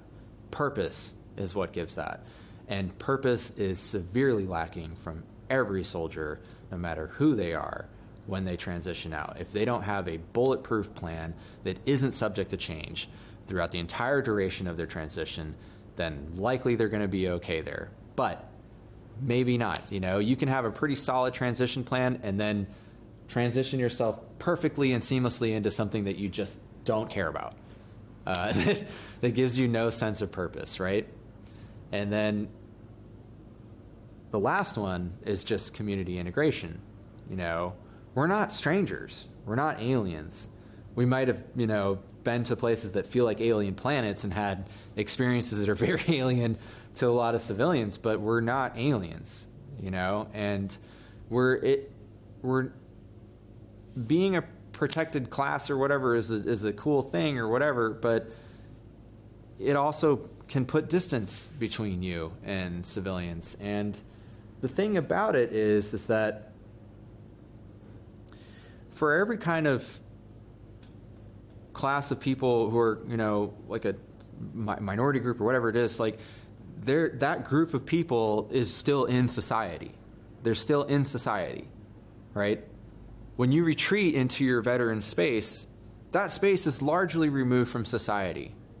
It has very little connection in a lot of ways. You can say, weird things like, oh yeah, it looks like he's going to take the forever nap. Like, that's probably not going to be okay near some civilians. And that culture is not very integrated into civilian life. So there's not a lot of pathways, coming from that. And these four things are really the primary things that we should be looking at if we really, really, really want to help veterans. Like, that's how you're going to do it, is looking at those things as best you can and being very honest about it. If you want a veteran to know that you appreciate their service, ask them about it. Don't just say, thank you for your service. When I hear saying thank you for your service, I realize that really that's a reflexive thing that you're saying because nobody wants to feel bad and stuff like that. And I know you want to say nice things and everything like that, and that's awesome. And I usually respond, thanks for your appreciation, because I don't know what else to say, But if you really want to show you care, just say, hey, what was it like? How was it? If you can share anything, what's a big lesson that you learned? Any kind of question like that's really good. Obviously, don't ask if you ever killed anybody. That's really not a good idea to ask. And also, you should really, think about saying you did what you had to do. That's, because we didn't have to do it. We didn't have to volunteer. We didn't have to go infantry. We didn't have to do any of that, and we did. So, we were dealing with the result of our decision to do that. So really, if you want to push past like normal platitudes, and if you want to create pathways for for veterans to better reintegrate into civilian society, talk to them. Ask them about the experience, ask them how things are going now, like whatever it is. You don't have to start from a lens that things are messed up. You don't have to do that. You just, hey, I'm just curious. I didn't have that experience. I almost went in, whatever it was, anything you can do to do that. What I tried to start when I got out of the military, the idea with a nonprofit, until I realized the inner social complexities of working in veteran nonprofits and things like that. There's a lot to say there, but it has definitely pushed this back. But what I wanted to do was basically create a situation where, you get veterans together for like a breakfast or something like that, and you explain what I just said about the neurological effects of war and fight or flight. And, you know, everybody's sitting next to each other. They're all vets, so they kind of, you know, talk a little bit to each other. You introduce them to each other. So there's like kind of the brotherhood part. So we've got 1 and 2 down, right? And then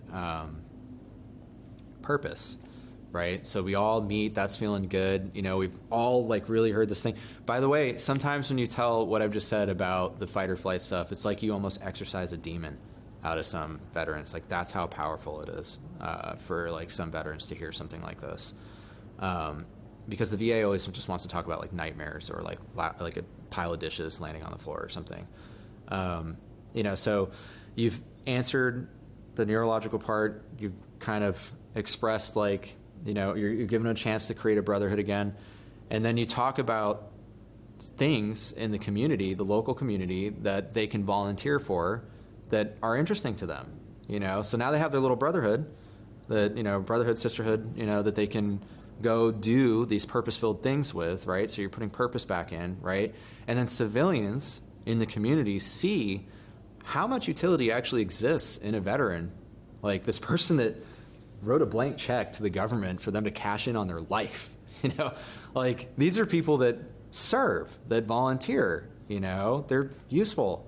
Like you want people like this in your society. Society doesn't run without them, you know? And they're sitting alone, island and marooned in their house, repeatedly going over all these things when they could be integrating into society through volunteering. You know, it's really hard for any civilian nonprofit person to not see that utility when a veteran is serving like they know how to do. That was one of the things that I really try to put a lot of energy to. Unfortunately, I wasn't successful in the nonprofit. It still exists, but I think I'm going to try and create it into an app or something like that, and kind of allow a more asynchronous, like grassroots development of the nonprofit, and that's where it's currently at. And I'm all by myself in it. And the other thing that I did after the Army, because I couldn't work, I couldn't really be, I just wanted to be useful. Throughout going on all of the stuff for these movies, one of the things that I did is I represented the movie The Korengal in its premiere at Little Rock Film Festival. And that introduced me to a particular individual that had gone over to Iraq to do certain things and got caught up in the Libyan conflict. And I never got to see the video that he made. Maybe if I had, I wouldn't have done what I did, but I didn't. And the other movie that I saw that he created was actually really fantastic, and I still absolutely feel that way to this day, even regardless of how I feel about the person. They made a wonderful movie out of that, but if I had seen the one that he was representing when we were both at Little Rock Film Festival, I probably would have not gone. But we finally got a chance to talk to each other because both of our things were happening at the same time. And so I didn't get to see his premiere, didn't get to see ours. I didn't even get to see his Q&A. And we really didn't meet each other till the awards ceremony. And, after the awards ceremony, we both won awards. And we're at the after party, and finally I get a chance to talk to him. I was like, hey, really interesting stuff, what you did. If you're ever going to do anything like that again, here's my number. I know a lot of people that would love to do something like this. As crazy as that sounds, I know like a lot of people that would love to do something like that. And, I didn't really expect much to come out of it. I went back to Texas. I was still, at this time I was living in a place, but it was still like 1 foot in, 1 foot out. It's really struggling hard. And,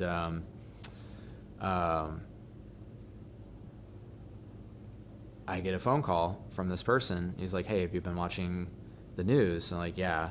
He's like, you've seen how ISIS invaded Mosul? I'm like, yeah. He's like, how would you feel about going over to Iraq to train how would you feel about going over to Iraq to be freedom fighters to train a militia? I was like, well, first off, we're trainers and advisors. And second off, like we're going to refer to them as a military unit and not a militia. And they're like, we're not going to say that. Like, we're going to avoid those lines. You know, I was like, look, I really want to do something like that, and I think you could benefit a lot from, you know, someone like me that knows a great deal of this stuff. Unfortunately, long story short, it didn't really work out between me and this individual, and I tried while we were there, but he had a lot of ideas that were not savory, and you know, I was not interested in doing it all, and also would have been created a lot of problems for us. So I kind of maneuvered him out of the project, and I took this group, this ragtag militia of 20 people, and I turned them into a fully legitimate fighting force of 500 people. We, after the first pilot program I ran, where I trained 40 people to see what they could do and their capacities and how they work together, I went and I formed, I made a plan and process for doing a basic training of about 415 people. And so I got them, after I did the pilot program, we were going to go do the basic training. That's when I notified the State Department that I was in fact in Iraq doing these things, before no one had really known. It's amazing what you can do. The guy that I spoke to was actually really excited about it, because he's like, oh my God, I'm so glad to hear that, because the guy that I was working with actually went and talked to the State Department, and it didn't go very well, not surprising. And when he talked to us, he was like really relieved. He told us he just let us know he had this like huge sigh of relief, right? And he's like, oh my God, I'm so glad that there's actually like, you know, at least like American paratroopers, like, you know, something at that level, like teaching these guys. You know, this is not just some, you know, person that didn't really get the experience that they wanted in the military, and now they're out here trying to, I don't know what, you know, on Instagram and stuff like that. We published nothing about what we were doing. I used systems that are really hard to detect and can scatter all of your communications. And with that, I was able to recruit off Facebook, and I recruited 3 of my friends to help me out with it. And us 3 did that basic training thing, and long story short, they got trained, they got salaries, they got 2 sets of uniforms, and they got all the weapon stuff that they needed. You know, I just simply told them if something was a good deal or not a good deal. I did not facilitate any weapons sales or anything like that. I really got to say that every time.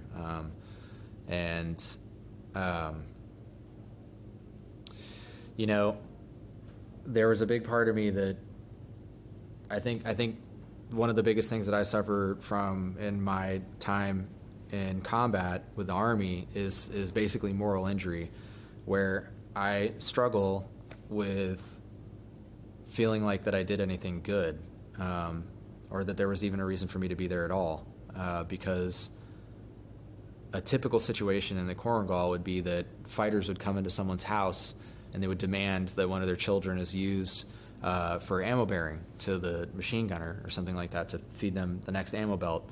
And these are kids that have never been in any kind of situation like that, so they don't know that you might want to get down behind cover after every fire that you pull the trigger on the medium machine gun or crew serve machine gun, right? And so these kids are helping them do this. And the Taliban demands this of the Afghans as either good Muslims or, you know, threatens them with their lives. And, you know, sure enough, that person shoots at the Americans, and they get down behind cover while the Americans are firing back. And the Americans hit and kill that kid. And it happens over and over and over and over and over, over and over and over. And you know, they routinely pack kids into houses that they know that we're probably going to want to bomb because they just like launched RPGs and all this stuff from it. And this is what they do. And it's really hard to have that all on your shoulders. And then also struggling to really even understand why you did any of that. Like, what was the purpose of going over there if we're just going to do what we did in 2021? Like, why did we even bother? You know, I really doubt that the Taliban would have ever made it to the level of resources and infrastructure that they did had we never gone there. You know, really, more than likely what would have happened is that Afghanistan would have reached a fever pitch, and people who don't want to live like that anymore would have fought the Taliban. And this is like the core kind of thing that came out of going to Iraq. And it's like, yes, I went over there. I helped redistribute the scales. I did a lot of good in Iraq, a lot more good than I did in the Korengal. Even though I was always operating at the highest ethical standard, it was almost impossible to do good given the situation that we were in. And even a situation where it's like I have total control and, you know, I'm really doing everything I can to help these people, you begin to realize even in there that that's not what's going to save the world. That's not what's going to make this world a better place. People have to do those things for themselves. They really do. Like, if the Assyrians never want to like have that vulnerability or problem again, like, it's up to them to really figure out what to do. And like, we can provide material support and things like that, but like, forget about going over and like teaching them how to do X, Y, or Z. Like, they're not going to learn. That's essentially handing them a fish. Like, the really teaching them to fish would be almost hands off, and that's really hard to wrestle with after doing things like that. If you have enough conviction to take yourself to Iraq at the height of ISIS, you know, like, clearly I've thought about it and I care about it, and this is what I really came away from it all. It took a lot to really like piece myself back together after all those experiences, because it wasn't just, you know, the Korengal. It was in a very violent like marriage and stuff like that. It really took a long time to piece myself back together after that experience in Iraq. And I'll tell you, the key to world peace, the largest key that you can find to world peace, is actually quite simple. And it's really a matter of taking care of your own backyard. But the biggest piece is this: if you choose to have a family, do it right. Do it right. Treat your kids well. Think about how they might be feeling. If you're upset in a situation, that might be the first time that they've ever experienced that, whereas you maybe have experienced it a couple times. You know, really think about the impact that you have on your children's lives, because Hitler wanted to be a painter. What would have happened if, you know, maybe his dad didn't hate him for that, want to beat him up for it and things like that, you know? What would have happened then? And if you look at a lot of people who do a lot of things that we think are just unquestionably heinous, there's always a story there. There's almost always a story there that's some form of abuse. That's some form of abuse, right? And because you never know, like, what a person's going to turn into. I mean, I grew up in a basement in Morrill. If you asked any one of my teachers, like, that guy right there is actually going to do something that's going to save a lot of Assyrians in Iraq, they probably would have been like, what are you talking about, right? And if you have the ability to do something like that, then you probably have the ability to do a lot of other things, right? And what is it that when you have a person that has the capacity like that, who just gets treated with such abuse in this world, what exactly are you expecting is going to come out of that? So if you want to do your part to save the world, worry about your backyard and worry about your own family, the people that you've chosen to really say, yes, you can depend on me, the people that you've chosen to be responsible for. Really, really think about that, because that's it. Like, you play out all of those terrible family interactions and put that over a macro environment and think about that geopolitically, and that's where it comes from. So that's the last that I'd like to share about my experiences. You know, I met a Yarmouth girl and I married her. And, you know, now we have a little baby girl. She's so sweet. She's so sweet. And I love being a dad.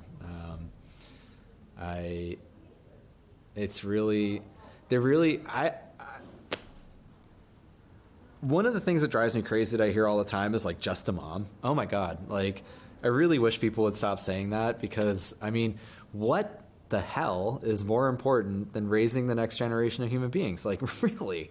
Like, forget all of your causes. And like, what's more important than that? You know, if you screw that up, you get another 20 years of crap, you know? Like, if you have kids, like, I don't even, do you know what a gift it is to watch a human being develop? Wow. Like, wow. It's really amazing. It's amazing the kind of things that some little human beings can have intuitively in their mind, and it's amazing the level of impact that you have on every little tiny thing that you do, everything, you know. I think really hard, like, you know, you just take praise, for example. You can say, oh, you're so smart, wow, you're so smart, you did this thing, you're so smart. Like, that's not helpful. You know, like, because they're going to think that, like, I don't really have to try very hard because I can just do these things because I'm smart. And when they fail, they're going to think they're dumb, you know? And it's like, you have to think about all these little tiny things that could go in any little direction, right? And so you'd want to say something like, wow, you put in a lot of effort into doing that thing and you accomplished it. What a good job you did. Like, now they know that things take effort. And maybe if I didn't, you know, make it on this one thing, or it didn't work out, like, maybe I could have tried a couple more things or something like that, instead of this wall of like, I'm dumb, you know? And that's just one example. That's just one example. There are, every moment of the day that you're interacting with your child, you have a chance to do something like that. And, you know, really, you need to reassure them and love them as much as you can. And really, and really foster a sense of belonging. You know, again, it's the belonging into the world for them. And if you can manage to do that, if you can manage to try your hardest to create the healthiest and most sound of mind children that you can possibly, you know, build, then you're actually doing more in this world than almost many of the altruistic do-gooders that you wish that you were as good as, that you wish you could be like, that you wish you could do all these things. The most good that you can do is sitting right in front of you all the time. I don't walk around too much with obvious veteran stuff. So, you know, sometimes people don't know I'm a veteran. I'm not shy about talking about service, so maybe it comes up, or maybe I said something that alludes to, you know, like, oh, in Afghanistan, like something like that. But, you know, I will say this. Sorry, Texas, you're not as patriotic as you think. I have been treated so much better for being a veteran in Maine than I ever was in Texas. And Maine does a really, really great job. And I know there's going to be a lot of veterans out there and be like, Togus is crap. And I'm like, I always ask them, well, where else have you been? You know, because Togus is not crap. Togus is actually really fantastic. The people there are just really nice. They're really, really nice. And they care if you issue a complaint or something like that, you're having a hard time or something isn't working out the way it should. I've seen what happens when you try to just make a normal complaint. You're not even causing a scene. In Texas VAs, you get arrested. You can get arrested doing that. You know, I had a counselor one time in Texas tell me they didn't think I had PTSD. You know, and I asked him why he had a copy of the movie Restrepo and the book War on a shelf, and he told me so he could know the experiences that soldiers go through to get PTSD. And I was like, I can't even. I don't even know where to go with that. But Maine is a very, very different place. I think that I I feel like, I don't know. I'm just making some guesses here, but sometimes I feel like maybe because Augusta's so small and it's such a big VA that, like the people that work there are going to run into veterans that they treat and know, like even out on the street, whereas like you just disappear into nothing when you're in Houston or something like that. It's like there's 300,000 veterans in Houston alone, but there's 6 million people. That's 3 times the population of Maine, So Maine has something like 140,000 veterans. We have 1.3 million people. It's like a 12% service rate. So compare that to Texas's 6. It's been wonderful. It's been surprisingly wonderful. And I think the really beautiful part about Maine is that the care and love of veterans doesn't really know any political home. So there's not any particular type of affiliation that's championing this more than any other. So it's really, I tell people all the time, if you're having a hard time in other places in the United States, just pack your stuff and move to Maine, because they're going to take care of you much better than other places. I think it's really cool to see, all of the flags for the fallen for Yarmouth. Like that's really neat. I wish a lot of other towns would do that. And those are nice flags too. Those are all, they really do look hand sewn and all that sort of thing. And, it's just, seeing stuff like that is really nice. It really is nice. Another good example, this is in Camden. They made a monument to everyone who had served who's from Camden. That's pretty interesting. And it just has their name right there. Not that they, passed away, but that they just served, period, at all. And that I found really nice. But, I really, really enjoyed like the Memorial Day stuff. Things like that are really important to me, because one of the things is a primary focus of me for my daughter and my kids is instilling reverence and respect for things. And that's really hard to do by yourself. You can't just say, like, you need to be respectful and revere things. So, like, what things? Who's doing that? Do other people do this? And that's where you really need institutions like church, institutions like the American Legion, to give your child a sense of reverence, and reverence is a major part of belonging.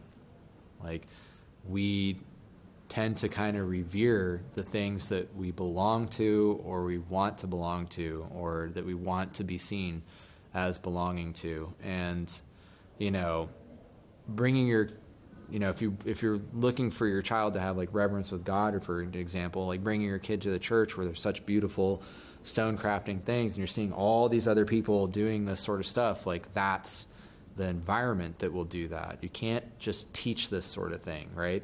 Then the same goes for an American Legion in a town that sponsors something like, or puts on something like the Memorial Day parades or the Memorial Day flags and like all these things, or is in the Yarmouth Clan Festival stuff, that they see this imagery, they see this stuff. That is really, really important. And it's, it is important because it allows you to be able to both, when people say, oh, I really love this person, so I'm willing to say the things that are hard, right? How do you get that? How do you get that same stuff? How do you get that same type of disposition from your kids to society? How do you do that? And it's through reverence. It's through giving your kids feelings of reverence and a sense of belonging that allows them to be able to both hold a space where they love what it is that they belong to and that they revere, but that they're also willing to take it to task and make sure that it remains something worth revering. And this is how you do it. And this is the type of stuff that we need. This is why raising your kids and putting a lot of right effort into that is so important. all of this can be gone in 20 years if you just let your kids out to pasture, and it is so easy for society to fall apart. Until you've been to a real war zone where you've seen just the degradation that war has on society. You always hear, some people say like, oh, Afghanistan, what were they doing? They're not going to do this. They're not going to do these things. They're not going to invent this stuff. How would we know? They've been under war for like 100 years. Like, what do you expect the society to look like after constant fighting for decades and decades and decades? And it's that lack of reverence, that termination of belonging that destabilizes society in that way and leads to conflict. That's what does it. And that's why, like, your job as a parent or anybody that's part of a family raising a child is more important right now than like anything you could really do with a uniform. Like, going over to the Ukraine isn't gonna make America a better society.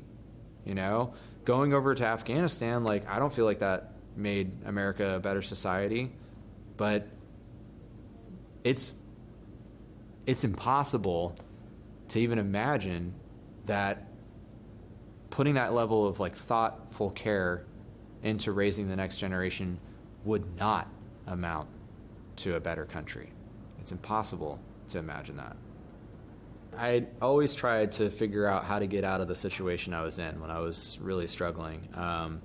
And so I definitely tried the GI Bill a couple times, but it's really, going to college is really difficult if you're homeless, or if you're, doubled up is the fancy term for, you're not shelterless, but you're homeless, where you're like sleeping on your friend's couch and then maybe you're sleeping on a different couch in a different house and on and on and on and on and on. It is so hard to do school like that.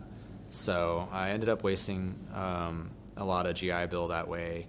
And I always tried to do the school because, again, I couldn't go get a job because of the traffic warrant I had, but I could go to school and there was BAH, even if I didn't have any kind of disability from the VA, like that would be enough for a single person like in Austin at the time to just kind of like make it by. But I couldn't stabilize for more than like 3 weeks and it would just fall apart every time. And then when I got to Maine, I managed to use it once again, and that helped us out a lot. And I got, I basically managed to certify myself in things that I would, have been able to do for a long, long time. But I wasn't until recently that I discovered I can go back to college here because I have the right paperwork that I need for it, and that also the VRE program, Voc Rehab, had changed. So now I'm going to school under Voc Rehab for bachelor's and master's in computer science.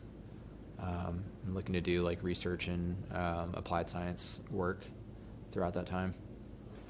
So obviously the experiences in combat created difficulties in doing things in civilian world, but it also did endow me with a lot of really, really great tools that people don't normally have in civilian life. So first off, it's never over for me. It's not that I'm stubborn, it's just that I know that, the first failure is just the first one, or, the first denial is just the first one. And that if I persist hard enough and really just throw a lot of perseverance on it, that, eventually whatever it is will give and I will succeed. And that's happened so many times in my life. And I've developed little skills and, techniques for managing that along the way. But also, the Army is like one of the biggest bureaucratic institutions in the world. It's huge. And, like, for example, the Pentagon is the largest administration building in the world. It's the largest. The second largest is in Bucharest, in Romania. It's their parliament. that just shows you the level of bureaucracy that exists. Like Fort Hood has its own forms even. That's crazy. That's pretty wild, you know? So you have this huge system that is suffering under Price's law, which, you know, basically dictates that 50% of the work is done by the square root of the number of people in the organization at any given time. And that's a huge amount of bureaucracy for 1.4 million active duty or something like that, you know. And, you know, when I was married over in Italy, there's this thing called command sponsorship that you have to do in order to get your family over. And my case is a little bit different because, you know, people are already there because they're Italian. But it would still take, you know, an average of a year for people to complete. And it was a lot of paperwork, a lot of stuff to do. You have to, you know, get all the information about the people coming over and blah, blah, blah, blah, blah, just on and on and on. And I did it in 3 weeks. I went so far as to maneuver myself on a particular chalk jump line for jumping out of an airplane, and I put papers that I needed in my Army top and jumped out of the airplane with it and ran over to the person that needed to sign it and made him sign it on the drop zone. Like, that's the level of persistence that you kind of have in order to really see the things you want to see in life. And so, you know, people freak out over stuff at work and I'm just like, oh, okay, that's the way it is right now. And then, you know, I'd go try to figure out how to make it into something I want, you know, because it's just, it never seems over, you know, it almost never seems over every single time. So, yeah, definitely, you know, something like the Korengal and stuff like that is gonna teach you a lot of grit, a lot of perseverance, and just that, that if you persist hard enough, you know, people will eventually get tired and just give up, you know, or, and that dealing with that whole entire institution really just taught me a lot about, you know, how bureaucracies work and things like that. And then, I mean, that's not, yeah, there's so much more, you know. Obviously I went into the Army with a mind for geopolitics, and I got to be in a geopolitical situation 24/7. Yeah, so I learned so much from just living in Europe, learning Italian, like living as an Italian citizen, basically, renting, and like all these things that I would have never experienced. And, you know, personally, actually growing up in a place like Waldo County, in a town like Morrill, in a basement somewhere, you know, you really need something like that to kind of, if you're going to try, if you really are the kind of person that wants to go on and do as much as you can, you really do need some type of experience like that to really get you into the speed that you need to be in order to go the places that you want to go. What on earth are you doing it for? If it's because you saw a Band of Brothers and you think that would be really like awesome and it'd make you like manly or something like that, you know, young boys often think, and not just that, you know, maybe there's you know, girls out there want to be that sort of same thing too, but like, you know, just think about why you're really doing it. And if it is something to like prove your toughness or whatever, like really like sit with that for a second and think like, why do I have to do that, you know? And why do I need the Army to make me tough? And does that make me tough if I need an institution to make me tough, you know? Or am I just hiding in numbers? Like, yeah, so many people join for things like that. It's unreal. Like what I heard some people join for, like, you know, yeah, don't join because you couldn't get a job, or don't join because, you know, your girlfriend broke up with you after high school and you're just going to get back at her by joining the Army. You know, like, that's not going to work, man. You know, like, don't join for any other reason but to join the Army and try to like represent this country in the highest ethical way you can for doing the things that the military does or the Army does. And, you know, totally understand a desire to serve, right? And, you know, if that's your reason, know that the military is definitely not the only place that you can serve, you know, your country. It doesn't have It might have a monopoly on violence, but it doesn't have a monopoly on service. It doesn't have a monopoly on, patriotic duty. I would argue that the police officer in Yarmouth, right, where, I don't know how many shootings happen in Yarmouth, even one a year, like, I don't know. It seems like a super peaceful place to me. Even a police officer in Yarmouth, I would argue, is serving their country more than I did. Okay? Now, a lot of people be like, whoa, but what did I do that made America better? It's hard for me to really answer that question, That's a difficult one to ask, but, Officer Friendly down here at the intersection helping kids go across is just that is more for America than what I did, and I'm not saying that to detract from, the absolute heroism that I saw on display or the tough things that I had to do. No, not in any way at all. I'm just saying that it's not very applicable to anything here in America, and, teaching, for Christ's sake, teaching, it's another part of that whole developing the next generation, that teaching to me is a greater patriotic duty than being an infantryman, than going out to the border on Lithuania and staring at Russians. Like how can that compare to, risking your life in your community for the people here or developing the next children to go on, and I'm not saying that like you shouldn't have reverence and respect for veterans or anything like that or what, we did in combat. So the character of service is worth respect all the time.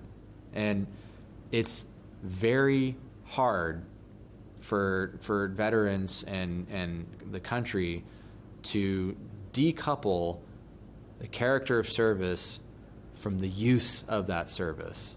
So like Congress's decision to send people to war, right, is not admirable. There's nothing honorable about that. I'm not saying it's a bad thing, but I'm saying like it's not just this beautifully patriotic, thing to do. Like it might be necessary, or in the case of Afghanistan, I don't really know what that, necessity was. Like you look at teaching, or you look at, serving as a firefighter and things like that, like there's a real tangible benefit happening all the time from that service, from those people in your community, and again, like if I could reiterate for like the upteenth time, like this doesn't take away from anyone's service, right? If you decouple that use, like what we use the service for, and then the character of service, you can respect that just as much as anything else while still maintaining criticality towards whether or not we should have gone in the first place. And, it's really, I don't want to sound like I'm suggesting like taking things off a pedestal or something like that, but it's like maybe we should raise other things up too, and not just alone. Like, yes, like, again, when you're speaking to an individual, like atomic particle of the military, the soldier, you're going to want to be like very respectful about that. It's because you're respecting the character of service for that person, right? When we talk about the entire thing, it's really hard. It's really hard for me to sit here and say that, what I did in the Korengal was more for this country than what Lori and her bunny Oreo do down there at the crossing walk for making sure your kids get across the street safely. Like it's, at least for me, it's hard for me to even begin to suggest anything like that. So if you really want to serve your country, like definitely consider law enforcement, firefighters, teachers. All of those places are hurting badly for numbers, worse than the military, and the need is immediate. It's immediate. The benefit is immediate to something like that. The meaning, the purpose is all very immediate, and hopefully that helps. Like, definitely don't join the service because you want to make something out of yourself. Make something out of yourself right now today. You know, you can't place you can't place your locus of control like in an external environment. Like, you own your own destiny. You know, the Army is not going to make you wake up early all the time. I sleep in sometimes a whole day. You know, I really, like, only you can do that. Only you can do that. And if you're relying on an institution to do something like that for you, you're putting yourself at risk with being not very useful in your own life when you get out. You know, because you become very dependent upon that external source. And the Army does a very good job at, you know, making sure that you don't have any bills to pay or anything like that. And this is why there's a lot of struggle there. So again, if you're looking to make something out of yourself, do that today. And if you're looking to serve your country or, you know, do anything like that of service or have purpose, then look into things like teaching or, you know, volunteering somewhere or becoming a firefighter or becoming law enforcement. You know, just when you have a lack of people joining these things, you shouldn't expect that the quality is coming apart. You know, why do we have these shootings that we have, you know, with police and things like that? When I watch a lot of those videos, the actual incidents that happen, I see a police officer's not even trained. You know, we're not thinking about how important these positions are. We have all this trouble in school and kids that are failing to, I mean, where I went to high school, last time I looked at an education report from there, they were 18% at grade or above for math, 18%. That means that 18% of the whole high school is able to perform at their grade for math. Like, how can we expect to have a functioning society with, like, that level of a numeracy coming out of high school? I mean, yeah, wow. And what part of our near $1 billion year-over-year budget for the DoD is answering anything like that? You know, so again, really think about, like, what is it that you're asking for exactly here? If you want the military experience, if you want the experience of, you know, potentially being deployed in a combat zone, then by all means go. You know, that's what you want to do. That's what you want to see. Like, if you're seeking to understand why conflict happens, that's a great place to go. But, you know, again, if you just want to serve your country, consider those other positions first.